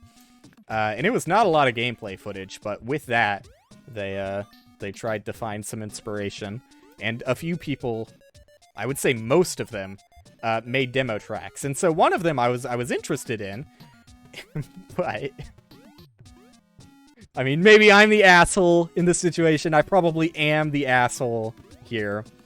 I was still getting submissions every couple of days from people who were interested. I say submissions, I just mean emails. And so I was gonna let it ride, and I was gonna see if somebody I liked more showed up, basically. And I didn't say, like, yeah, you're good, I'm going with you. I let them know, not exactly what I was doing. I think I just said something along the lines of, there's, like, a few people I'm looking into. So I'll let you know if I pick you, but I did like their demo track. And I was probably going to go with their music. If not for, like, the next day or something, Jacob sent me a demo track. And I tell him this because I think it's fucking hilarious, and I think he does too. But off of that demo track, I almost, like, instantly fucking denied him because I didn't like the demo track at all. Like, it was going for a style that I just didn't like. But being the kind, gentle angel that I am, I went, because he also linked his, I can't remember, his Bandcamp, I think. And I looked through his Bandcamp and found some really impressive stuff that I really liked. And I was like, hey, if you can do anything that matches this vibe, I would absolutely love to work with you. And he got back to me, like, instantly and was like, yes. Yes, I can. So yeah, that's the history of Jacob. How the fuck did I get on this topic? Yeah, because, yeah, Bounty Below. That's right. Anyways, Jacob's great. But that was all, like, basically after I had finished, Chroma Blast. And yeah, anyways, sorry. I also wanted to say, for those interested in making games, you should definitely just make your own sound effects at the very least. If you can make your own music, absolutely do it, even if it's dog shit. Your first games are probably going to be dog shit too. Don't understand how Chroma Blast has 80% positive reviews on Steam. Really don't. Especially because I, like, literally just learned today that the Mac version of the game has been broken for, like, years. Well, not years, sorry. The Mac version has been broken for years for a separate reason. Because I just, like, fucked up the pathing for the executable somehow. Don't know how I managed that. But for the longest time, the Mac version has just not been able to locate the executable when you double-click the shortcut on Steam. So that's my bad. Whoopsie. I fixed that, and then while I was talking to Jacob today, he informed me that something just completely I had no idea about, because I don't have a Mac. I don't really operate in any sort of spaces where people talk about what's going on in, like, the Apple side of computers. So I had no idea that Apple made the decision to just straight up no longer support 32-bit binaries at all.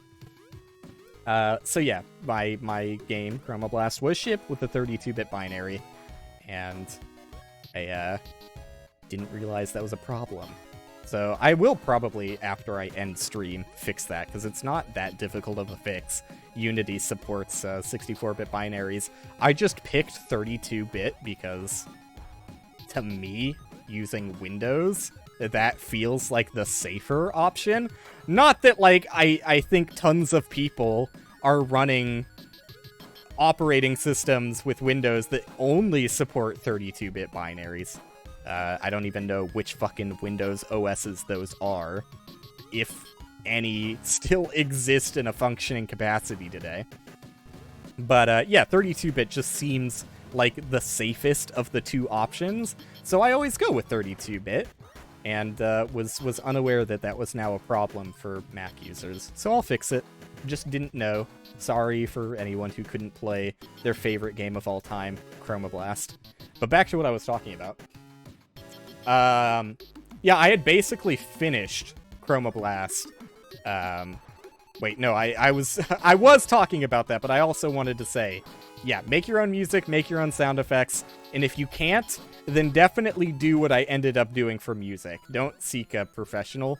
Not because I feel like I was ripped off, because again, Nilo did a great job and is definitely worth the price point he gave me, but like, you know, there's no reason to invest anything into a game that's going to get you, like, nothing in return, right? Not saying I didn't pay Jacob. Obviously, I paid Jacob, too. But, you know, his rates were not professional standards, so I can... you know, I want to be as good to my friend as I can, obviously. Like, I've never told him this. Maybe I should tell him. I just feel like it would make him sad, though, right? I don't feel like he's probably ever going to find this information unless I do just flat out tell him. But it just feels like a mean thing to tell someone, like, hey, you know what I paid you for the music for Bounty Below? I paid the sound effect guy multiple times that. That's just a bad feel that you don't want to say to your friend. So I think our relationship, it's not necessarily built on a lie. It's just, you know, I've withheld some harmful information from him. That maybe I'll tell him, like, a few more years down the line and we can all laugh about it. But yeah, you definitely don't want to pay industry standard price points for a game that, one, you don't fully believe in, because, you know, it was, again, a throwaway game that I exclusively made to learn Unity, basically. I had the idea rummaging around in my brain for years, back when I was playing Flash games as a kid. I always liked the idea of, like, not necessarily elements, but, like, in the theming of Chroma Blast, you have certain colors that all kind of embody a certain sort of style. Like, you know, the blue color is, like, controlling your bullets slightly more. The green style just has to do with dashing and, like, movement abilities. The yellow style is orbitals, and you get the picture. But I like the idea of taking, like, different ideas and, like, mashing them together and seeing what they would look like. So that was, like, the entire design behind Chroma Blast, is, like, I have these colors that have, like, strict definitions, somewhat strict definitions for what the colors do and what they embody. And let's see what happens when you mix two colors together, and what does that design look like? So, you know, nothing particularly deep or thought-provoking, but that's how Chroma Blast came to be, and so with such a quick and easy throwaway idea that you would, you know, see in the likes of a Game Jam game, why did I pay industry standard prices for sound effects of all things? It is something I regret when I look back on. But, I mean, look, like, Jacob gave me industry quality music, too. Like, I still really like the music that went into Chroma Blast. And honestly, I'll fucking flatter him myself. That's why the game, I'm saying it, that's why the game's 80% positive on Steam. Is because of Jacob's music. And maybe online leaderboards. And maybe the fact that it's free. But yeah, he gave me great music. So I maybe one day I'll just feel guilty enough about it that I just give him, like, an absurd amount of money. These are... These... Sorry. Didn't mean to do an insulting German accent. These are the things that, that keep me up at night. How I have betrayed my friendship with Jacob and he doesn't even know it. And it was before we were even friends. I'll pay him back one day. But, yeah, anyways, don't do what I did. Don't seek out industry professionals. Even though maybe you'll become friends with the people you work with and later on feel guilty that you didn't have much to offer them at the time because you already spent, like, your entire bank account on sound effects. Where was I going with that? I don't know. Yeah. Seek, as rude as it is to say this, like, seek what is affordable, I guess is the best way to put it. And definitely what is affordable in the scope of what you're making. Like, especially if you're not going to make any money back from your game, if you plan on releasing it for free, which I've been, you know, constantly by family members, obviously. They want to know, why are you releasing these games for free? Why are you doing it? I still strongly believe in releasing games for free, especially when getting started. I know it's not great to consider myself as still getting started when technically I've been making games for fucking 6 years. 7 years? Way too long to spend on Bounty Below. But anyways, yeah, let's get back to the story of why it took this long. I don't know how that worked. Coyote frames. What a mystery. What was I saying? So, yeah, don't do that. And also, to continue the storyline, I had already finished Chroma Blast. This sucks. I'm sorry, I'm trying to focus on the game slightly, because this is the farthest I made it tonight, and I have a decent amount of lives left. Not to get your hopes up or anything. Once I get to the new content that I haven't even seen before, I'm probably just gonna cave. But, I'd like to get at least to the final level. Like, if I can make it to 10, I'd feel pretty good. 11 is a stretch, but 10 I could probably do. That being said, I'm absolutely withering away over here. So yeah, Chroma Blast. Let's try and get back to distracting myself with banter here. There you go. I had already finished the game, and for a long time, well, not long, like a month or so, I was waiting for, like, literally just for sound effects and music to be finished, and then I was slapping them in the game. And that was the only thing holding me back from releasing it. So in that time, I started work on Bounty Below. And my thoughts at the time were, I want to make, like, just a quick, easy, idle game, because, again, I've said at the time, like, 10 times in a row here, but at the time, idle games were a little bit more prominent than they are now, like, 5 years later. I definitely get a, I missed the window on this sort of thing feeling. It's the same feeling I got from, and I think I've said this on stream before, it's the same feeling I got from, Super Meat Boy Forever, I think is what it's called, right? The auto runner? No offense to Tommy. I'm sure the game is fine. It looked decent, although it wasn't Super Meat Boy, and with so long from Super Meat Boy's original release, I think a lot more people expected it to be more of a Super Meat Boy 2. Which I think, I mean, it kind of is, right? But it's very different, right? And I think that Tommy probably also feels like he missed the window. How do you do this again? Easy peasy, baby. I feel like Tommy probably also feels like he missed the window when it came to releasing a fucking auto runner game. So, I'm certainly not the only person who has spent way too long making a game and completely whiffed on the appropriate time span to release it.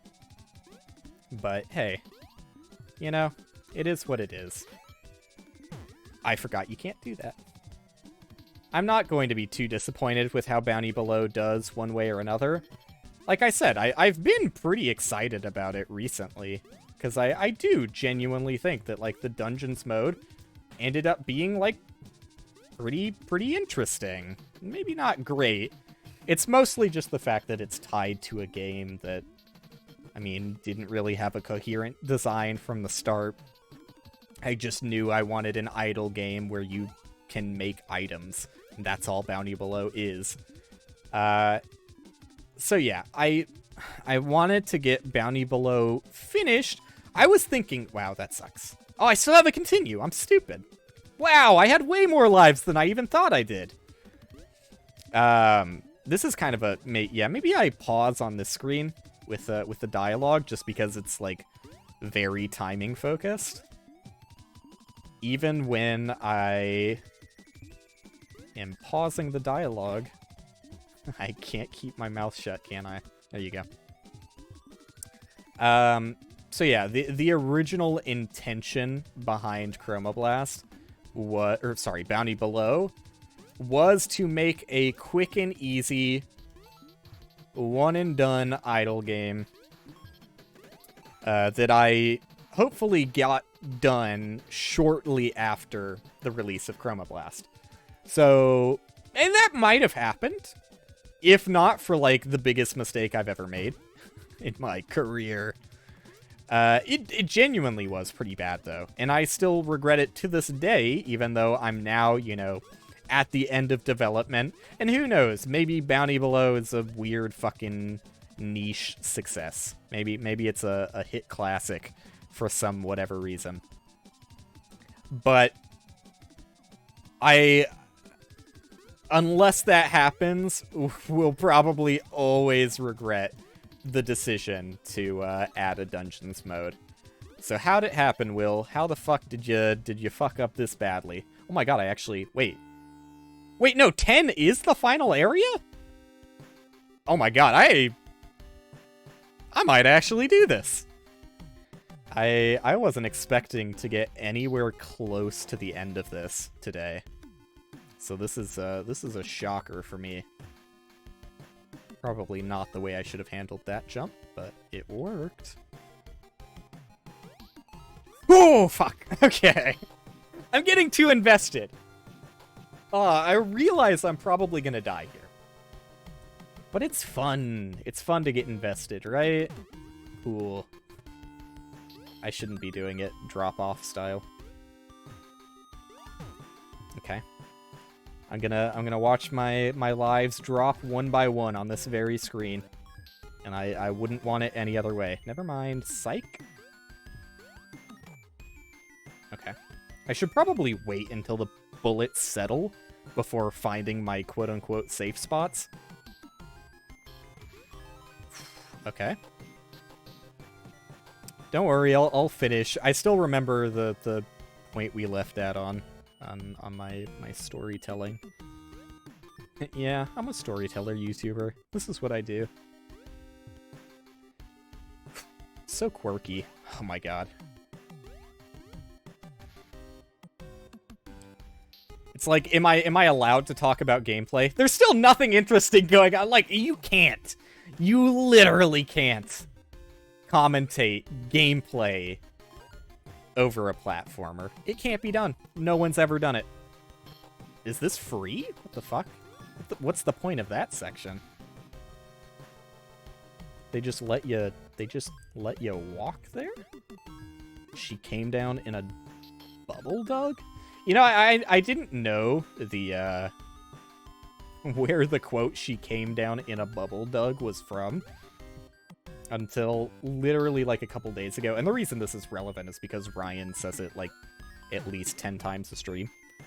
Yeah, I have no idea where I thought it was from, but I wasn't expecting it when I saw it. Wow, I suck, dude. I think this is the farthest I've made it to. I think this screen has claimed my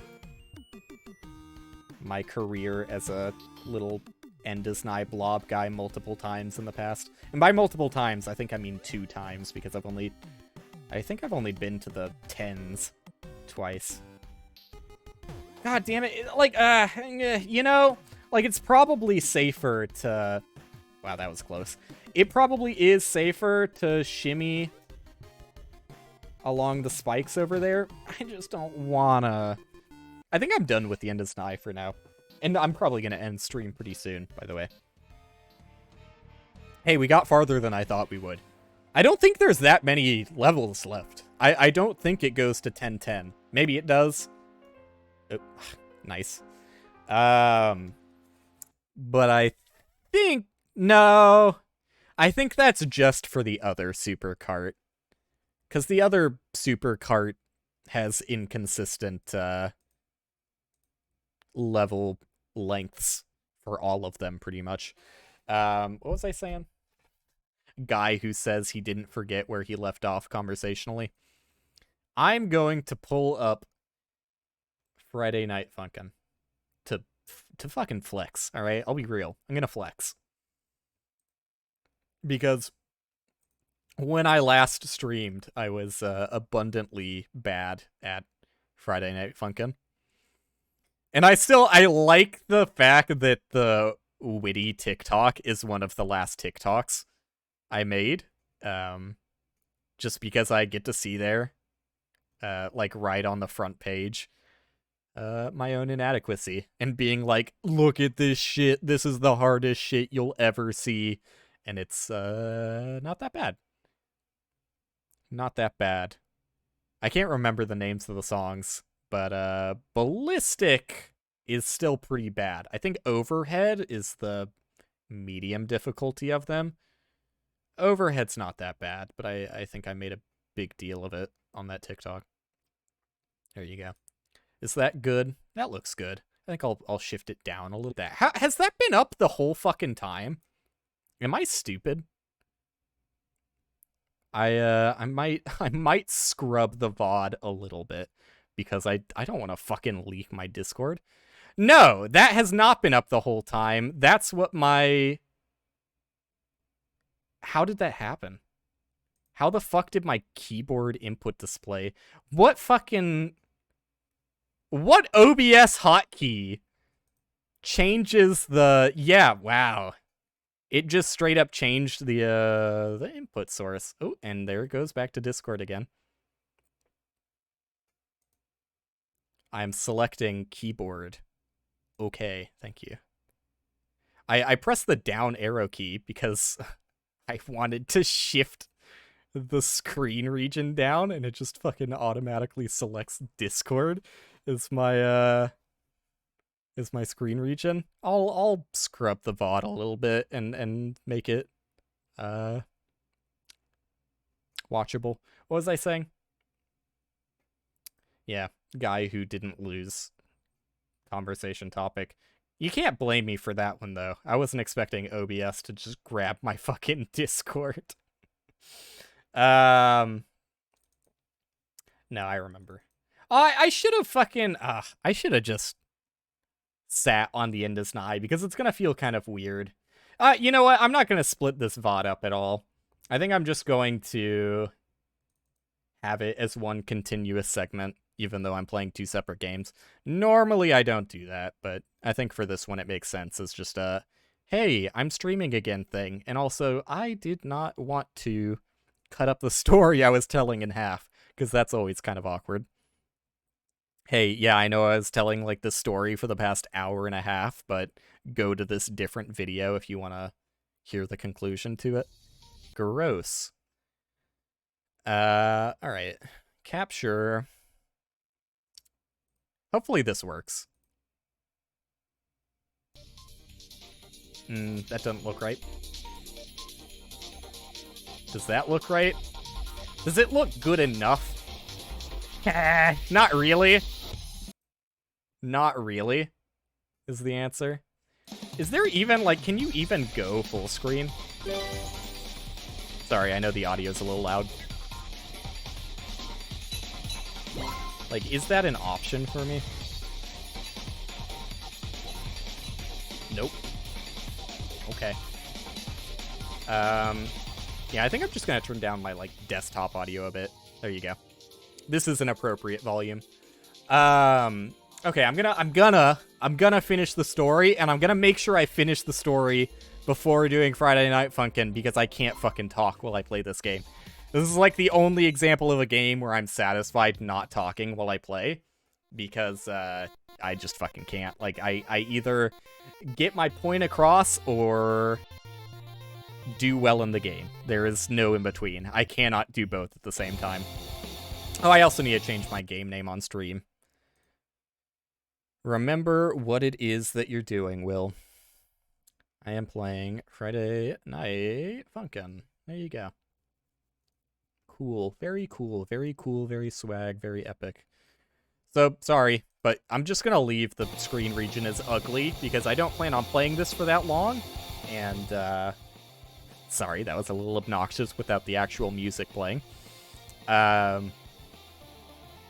What's the point I'm trying to make here? I don't plan on playing it that long. That's just the end of the point. But first, story time. The conclusion. Yeah, so while I was waiting for the music to be finished for Chroma Blast, I started Bounty Below.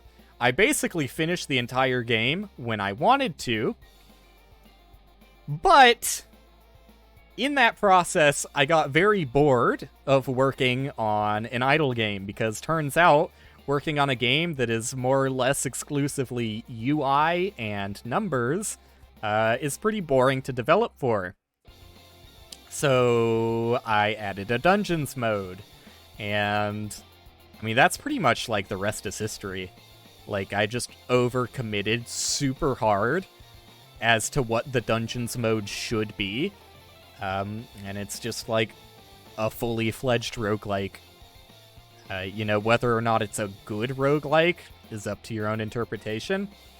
But I just couldn't feel good putting a price point on Bounty Below, because, I mean, it's an idle game.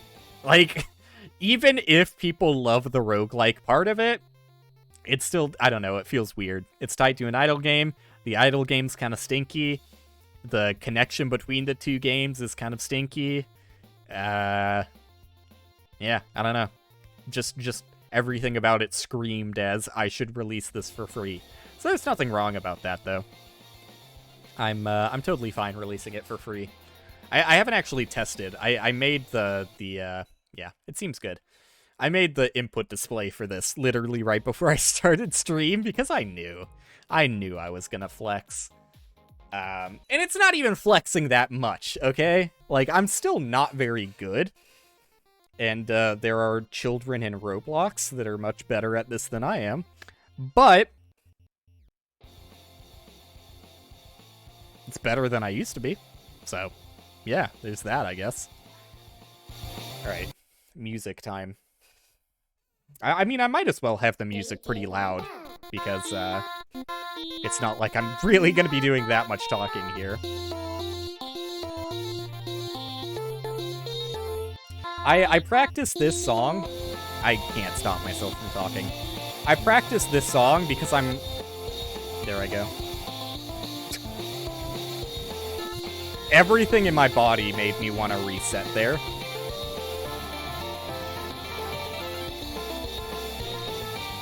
I was really off on those notes. Full clear, still full clear. This like, whatever engine this one is built on is really forgiving for some reason. That excluded. That's, like, my one gripe with it. I suck at double inputs, like the, you know, double taps of the same arrow, which is why I practice this song. Because I think it's a, you know, it's a pretty slow, pretty easy song to get used to it. The one problem with it is that while I just said the engine is very forgiving, it's actually kind of finicky when it comes to the double taps. I feel like every other engine... Oops. That was just genuinely me messing up. I feel like every other engine is less forgiving with regular notes, but is more forgiving with double taps.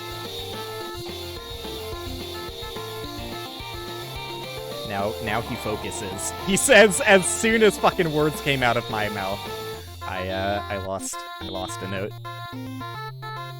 But yeah, this song's not that bad. It's a little bit slower than what I can keep up with, but I take advantage of that. See, like, I've got a fucking input display. You can see that I pressed all 3 of those right arrows, but I think what the problem is if you haven't let go of, like, obviously I'm using 2 hands here. If there's 3 right arrows, and I, like, haven't let go, I can't get a fucking point across while I'm doing this.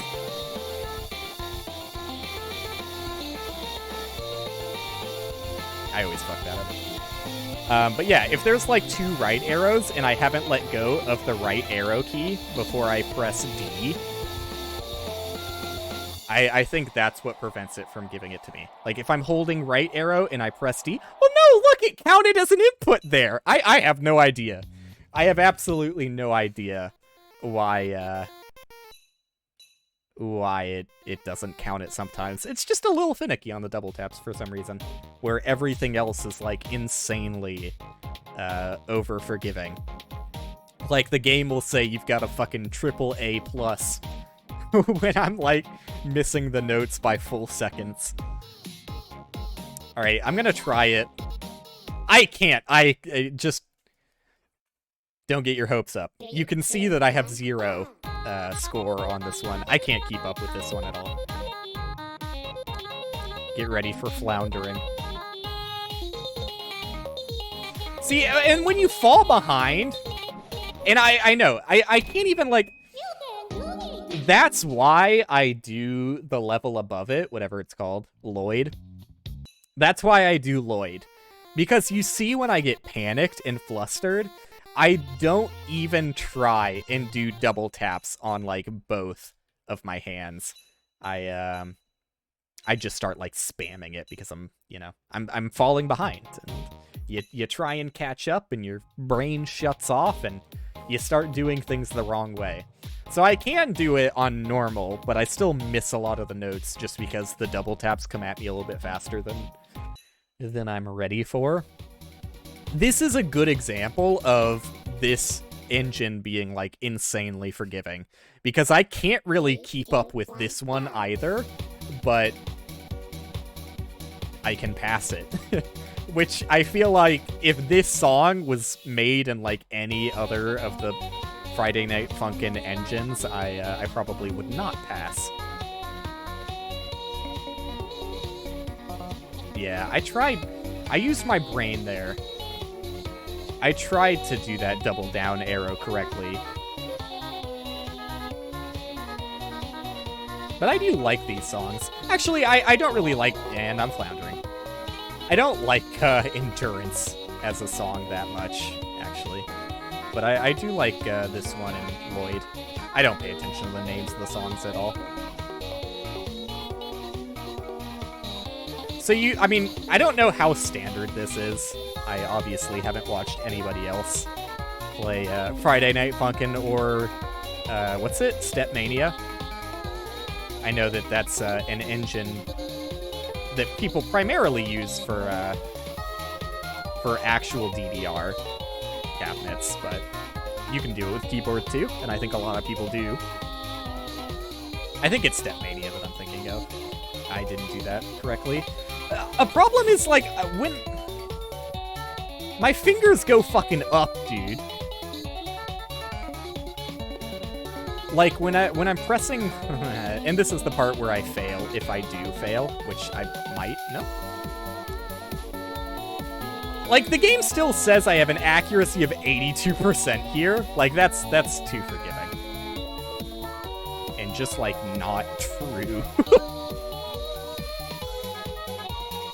But yeah, when the notes come fast and furious, my index fingers go uppy. Yep, did not follow that at all. I don't know why. I can't prevent them. They just instinctively go up, which makes it hard to do left and right arrow double taps. And those should be the easy ones, because I don't even have to, like, shift finger positions for. But yeah, as I was saying, I don't know how standard it is for... I imagine it is, right? I imagine it's pretty normal for people to use left hand for, like, A and S, and right hand for up and right. No, I will not be copywritten. Wouldn't that be funny, though? Wouldn't that be funny if I just got my... I'm gonna do it back on normal, because I can somewhat keep up with it on normal. Wouldn't it be funny if I returned and, like, my first YouTube upload got my channel taken down? That'd be so funny. Hysterical, even. Alright, I will try and focus a little bit more, since I know I can do this one. There is something... in here I go talking again. There is something weird about,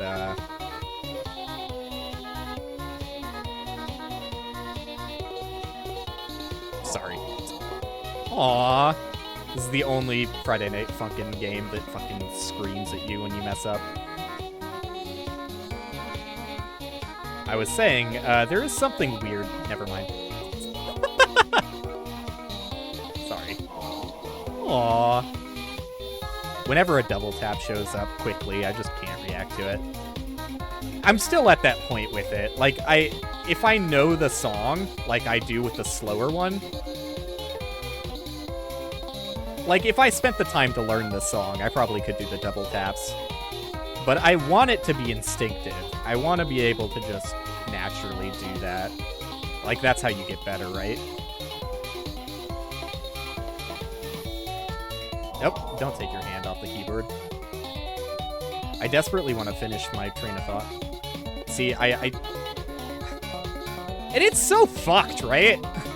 Am I the only one who thinks this is absolutely fucked up? When they give you a double tap up arrow into a double tap down arrow? Because I want to start every note the way I normally start, like single notes. Like, I want to start double tap down arrows with my left hand and double tap up arrows with my right hand. But that's just not feasible when they give you them back to back like that. Okay, that was abysmal.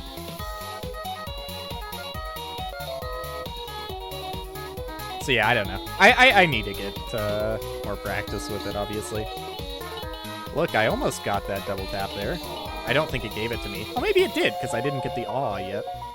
Maybe it did give it to me. It's kind of hard to tell when the notes are coming so fast, because even when you get the notes, sometimes they don't disappear and keep scrolling.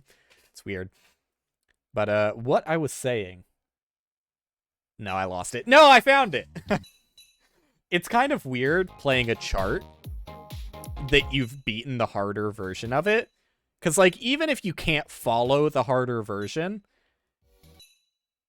I don't know. I feel like you still kind of internalize what certain parts of it feel like.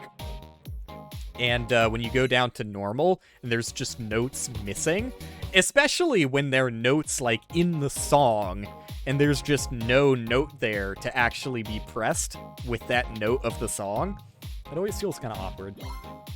Which is why I, in general, just find, like, the hardest difficulty charts more fun. Because they typically go with the music better. But that's not always the case. Sometimes the normal, and I never play easy. Sorry, I'm a gamer. I've never followed that as good as I did right there. So I shut up for a bit. But yeah, I feel like there are some times that, woo, he's gaming! Okay, for a little bit. I'm also not good at the back-to-back left and right, which you'd think would be easy. But yeah, as I was saying, sometimes the normal chart is, like, goes just as well with the music as the hard one. I am looking forward to the full release of the game. Yeah. I am looking forward to that whenever that comes out. Who knows, maybe it'll be another Tale of a Bounty Below. overscoped the project way too large because of Kickstarter. And as a result, will never come out. Probably not.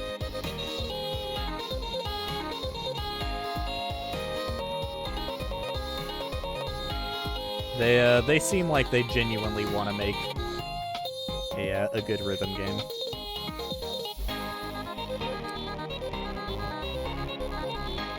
Yo, Miku, hot on the mic. Give me a turn.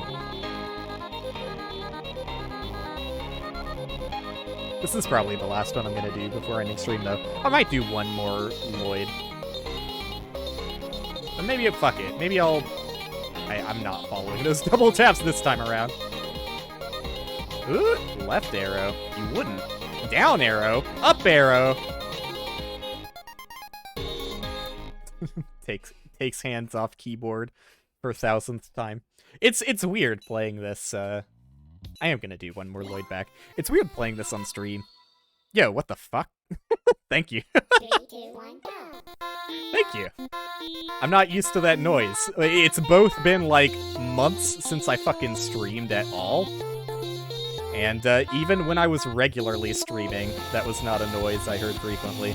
Aww. Woe is me, right?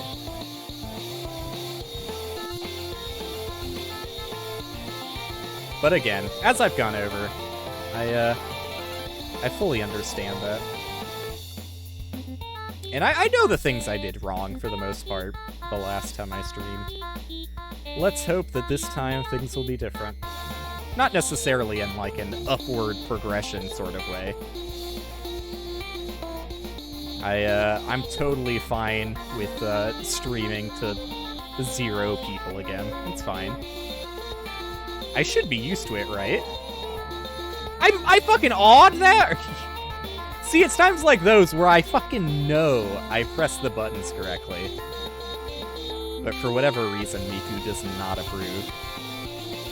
This is exactly why I got the input display going for this. Because that, too. I'm pretty sure I missed that note. But I swear to God I pressed it. Maybe my keyboard is just actually broken. Okay, didn't press those. Maybe I'll look back at this and see the results that I actually am not pressing the buttons.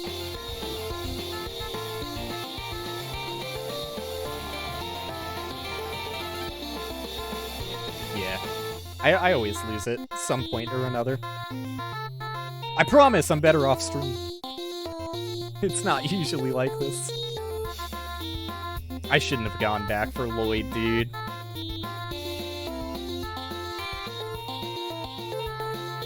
I've never full cleared it, but I have gotten an unofficial full clear.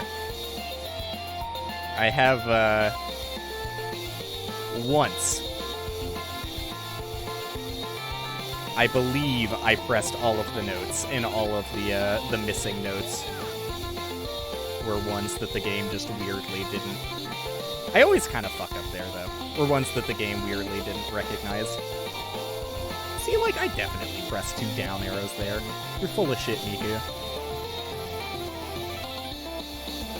But chasing high scores on a rhythm game while streaming is... I mean, it's just not something I do in general, even off stream. I usually... I am gonna do 1 more back, by the way.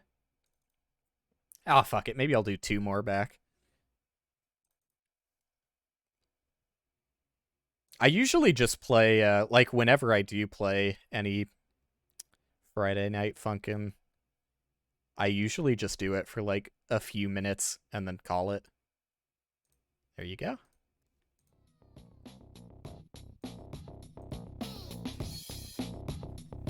But it's, I think it's better that way. When you do it that way, you can actually feel the increase in skill. Like, I don't really necessarily agree that, if you play, like, hours and hours on end, you'll... This sounds bad, I know. I don't necessarily disagree, But I don't necessarily think that, like, the more time you put into a session, the more you get out of it. I think there's diminishing returns. Like, I feel if you just smash your head against a wall with, like, one particular chart, 3, 2, 1.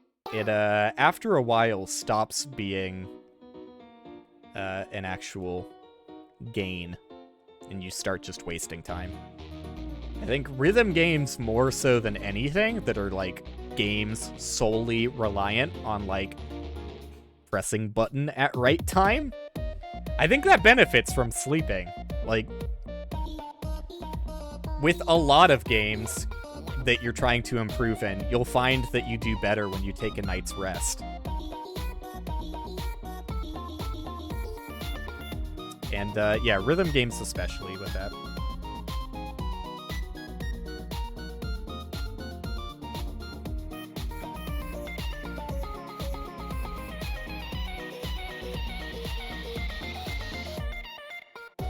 Fuck.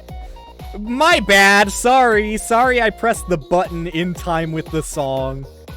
There are problems I have with these charts. Maybe I didn't press it in time with the song. Dude, I've gotten way better at this one.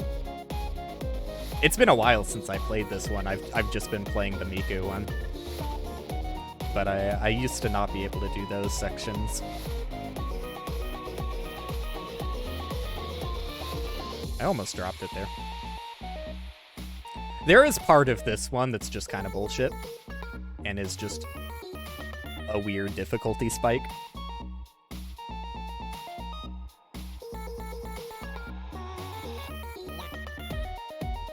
Keep your heads out. On the right, you'll see. It's just an absurd difficulty spike. I should have said on the left, dude. That's the only reason I fucked up there.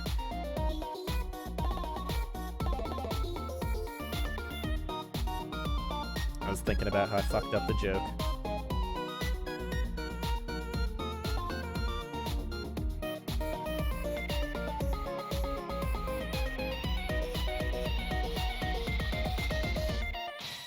Nice. I mean, sections like that I don't really have a problem with. The things I fuck up most are, well, obviously just speeds that I can't keep up with. Like, multiple button presses are something I need to practice after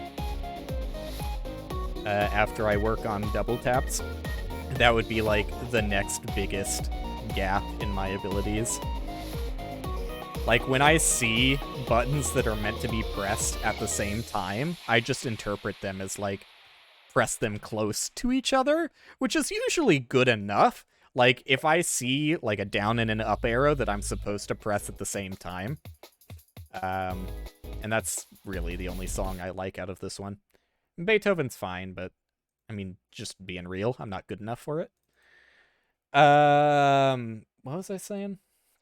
Yeah, if I see an up and a down arrow that I'm supposed to press at the same time, generally, pressing them close enough to each other is fine. Let me get the screen region. Make sure I don't accidentally leak my Discord again. There it is. It's the frustrating part about playing this, and probably why I'm not going to stream it too often, is having to open up like 3 or 4 different executables is not the best streaming game. So I'll probably cool it on Friday Night Funkin' unless I like really want to flex for whatever reason. I'm much better at this one on normal than I am on hard. I can do it on hard, but I just know the song better on normal. And you might be saying, Will, what's the deal? If you know it so much better on normal, why is your personal best 0? Okay, I admit it. I admit it. But the majority of me playing this song was on Roblox. I'm not afraid to say it.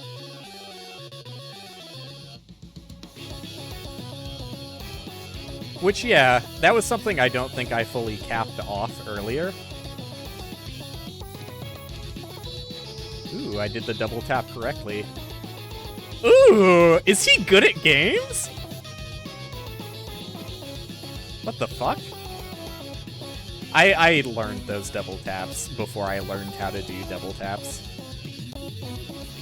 So those don't surprise me. Whoops.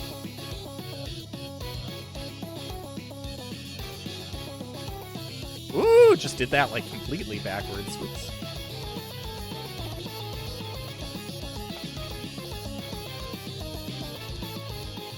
You can see the effort there to do it correctly. This probably is a song I should practice more often. I tried to do it correctly when I shouldn't have. I mean, I probably should do that correctly too. Oops. God, I'm clowning. I probably should learn to do that correctly as well, but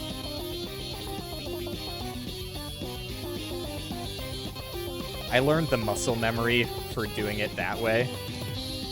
So I'm probably just gonna stick with it. Same with these. Yeah. I didn't look too impressive in the latter half of this. But I'm surprised at some of the double taps I've just been instinctively going for the quote-unquote right way. That's pretty cool. I'm rushing a little bit. A lot of bit on that note. Oops. Sorry, couldn't do that one correctly. I'll finish my my train of thought that I made earlier. Don't worry.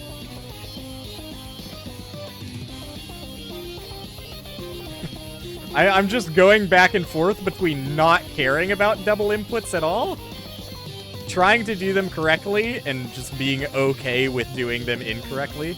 I'm fucking floundering here, too.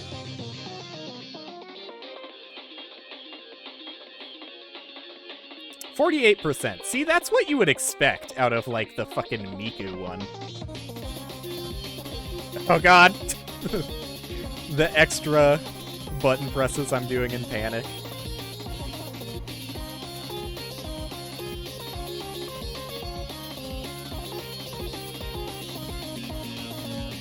I think I missed one there. That I made good effort to press.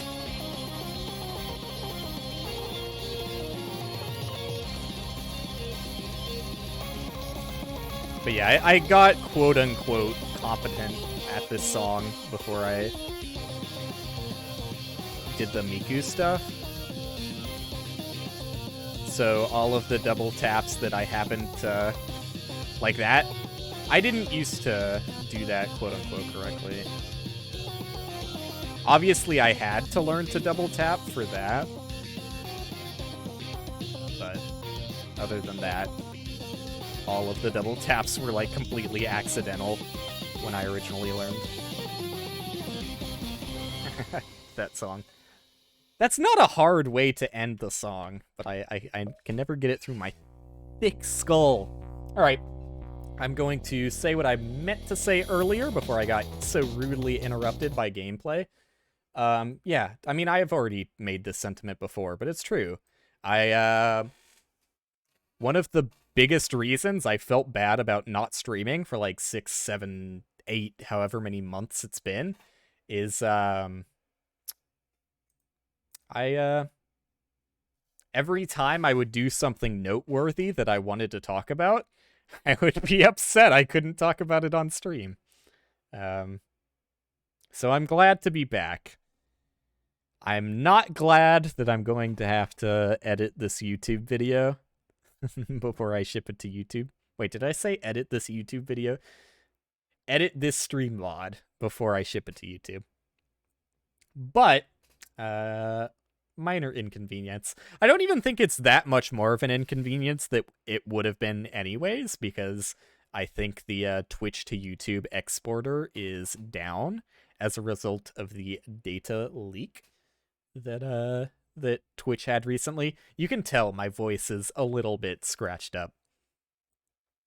But it was actually a lot of fun to stream again. It wasn't the longest stream I ever did, but it's probably a good thing that it's not, because my throat hurts. Um, but yeah, it was fun. I'm actually like, this is too wholesome. But I'm pretty happy to be doing this again. And excited to be doing more of it in the future. But do I want to talk about this? I still have a decent amount of Bounty Below work to do before it's ready for release. I was planning on doing, and I probably still should do, some particle work, because there are some missing particle effects for certain things that are pretty important. Like, one of the first enemies in the game, one of the first enemies I made was a snail, okay? And when it dies, it instantly loses its shell on its death animation, and from the moment I made that enemy, I had always intended that I would make particle effects to spew out of it when it dies, right? For the 5 or so years that I've been working on Bounty Below, I never got around to that. So I should probably make sure one of the first enemies you encounter doesn't just randomly have their shell disappear without any sort of particles. So I'm going to have shell break particle effects on the snail. I already made the blood particle effects, and they're not great, alright? They look pretty bad, but I can't spend too much time making the particle effects look good at this point. I have blood particle effects. I need to put them on 2 other things in the game. And outside of that, I have how many? I have 1, 2, 3, 4, 5, 6, 7 new spells that I would like to add to the game, and 1, 2, 3, 4, 5, 6, 7, 9 new abilities that I would like to the game, or to add to the game. Am I going to meet those before the deadline? Probably not. Just realistically, I'm probably not going to finish all of them. And I still need to do, like, some last-second balance checks on, like, all of the items, too. Originally, I had planned to get sound effects in for the dungeons before release, but that's just way too much work to be done. Not only am I going to try and make the sound effects myself this time, just, like, hooking up sound effects to everything in the game is going to take, like, at least a week of work. So that's not getting done in time. That'll be something I do post-release. I didn't really talk about it, but I do plan on updating the game a smidge post-release. And it depends on how much support the game gets. If a lot of people are really excited about Bounty Below and think that the Dungeons mode is, like, the sickest shit they've ever seen, I might do one major update to the game. Because I do have an idea in mind. It was something that I had originally intended to be in the game just before release, but I decided that, I've already scoped this project, like, an insane amount overboard. I should probably scope down a bit before releasing, so I did cut a fairly big feature that would have made dungeons a lot more interesting and tie into the idle section of the idle game a lot more. And yeah, if a lot of people like Bounty Below, if it gets 80% positive Steam reviews like Chroma Blast did, I might do a major update and add what I intended to add back in. So yeah, I'm probably going to do a little bit of work right after I turn off stream and go to bed. But it was fun. It's like whenever my girlfriend and I meet up in person and then have to say goodbye, which is always heartbreaking, by the way. Long distance relationships are very hard to do for a lot of reasons, but I'm trying to make a joke here. It's the feeling, and it's good that it feels this way. It's the feeling, yeah, I get when I say goodbye to Cassidy. But this time, I know that it's not going to be months before we see each other again stream. I will probably be back streaming next week, if not the day after release. Well, I guess that's not next week. I guess that's technically still this week. If I don't stream on Saturday, I'll stream on Sunday, and if I don't stream on Sunday, I'll stream on Monday.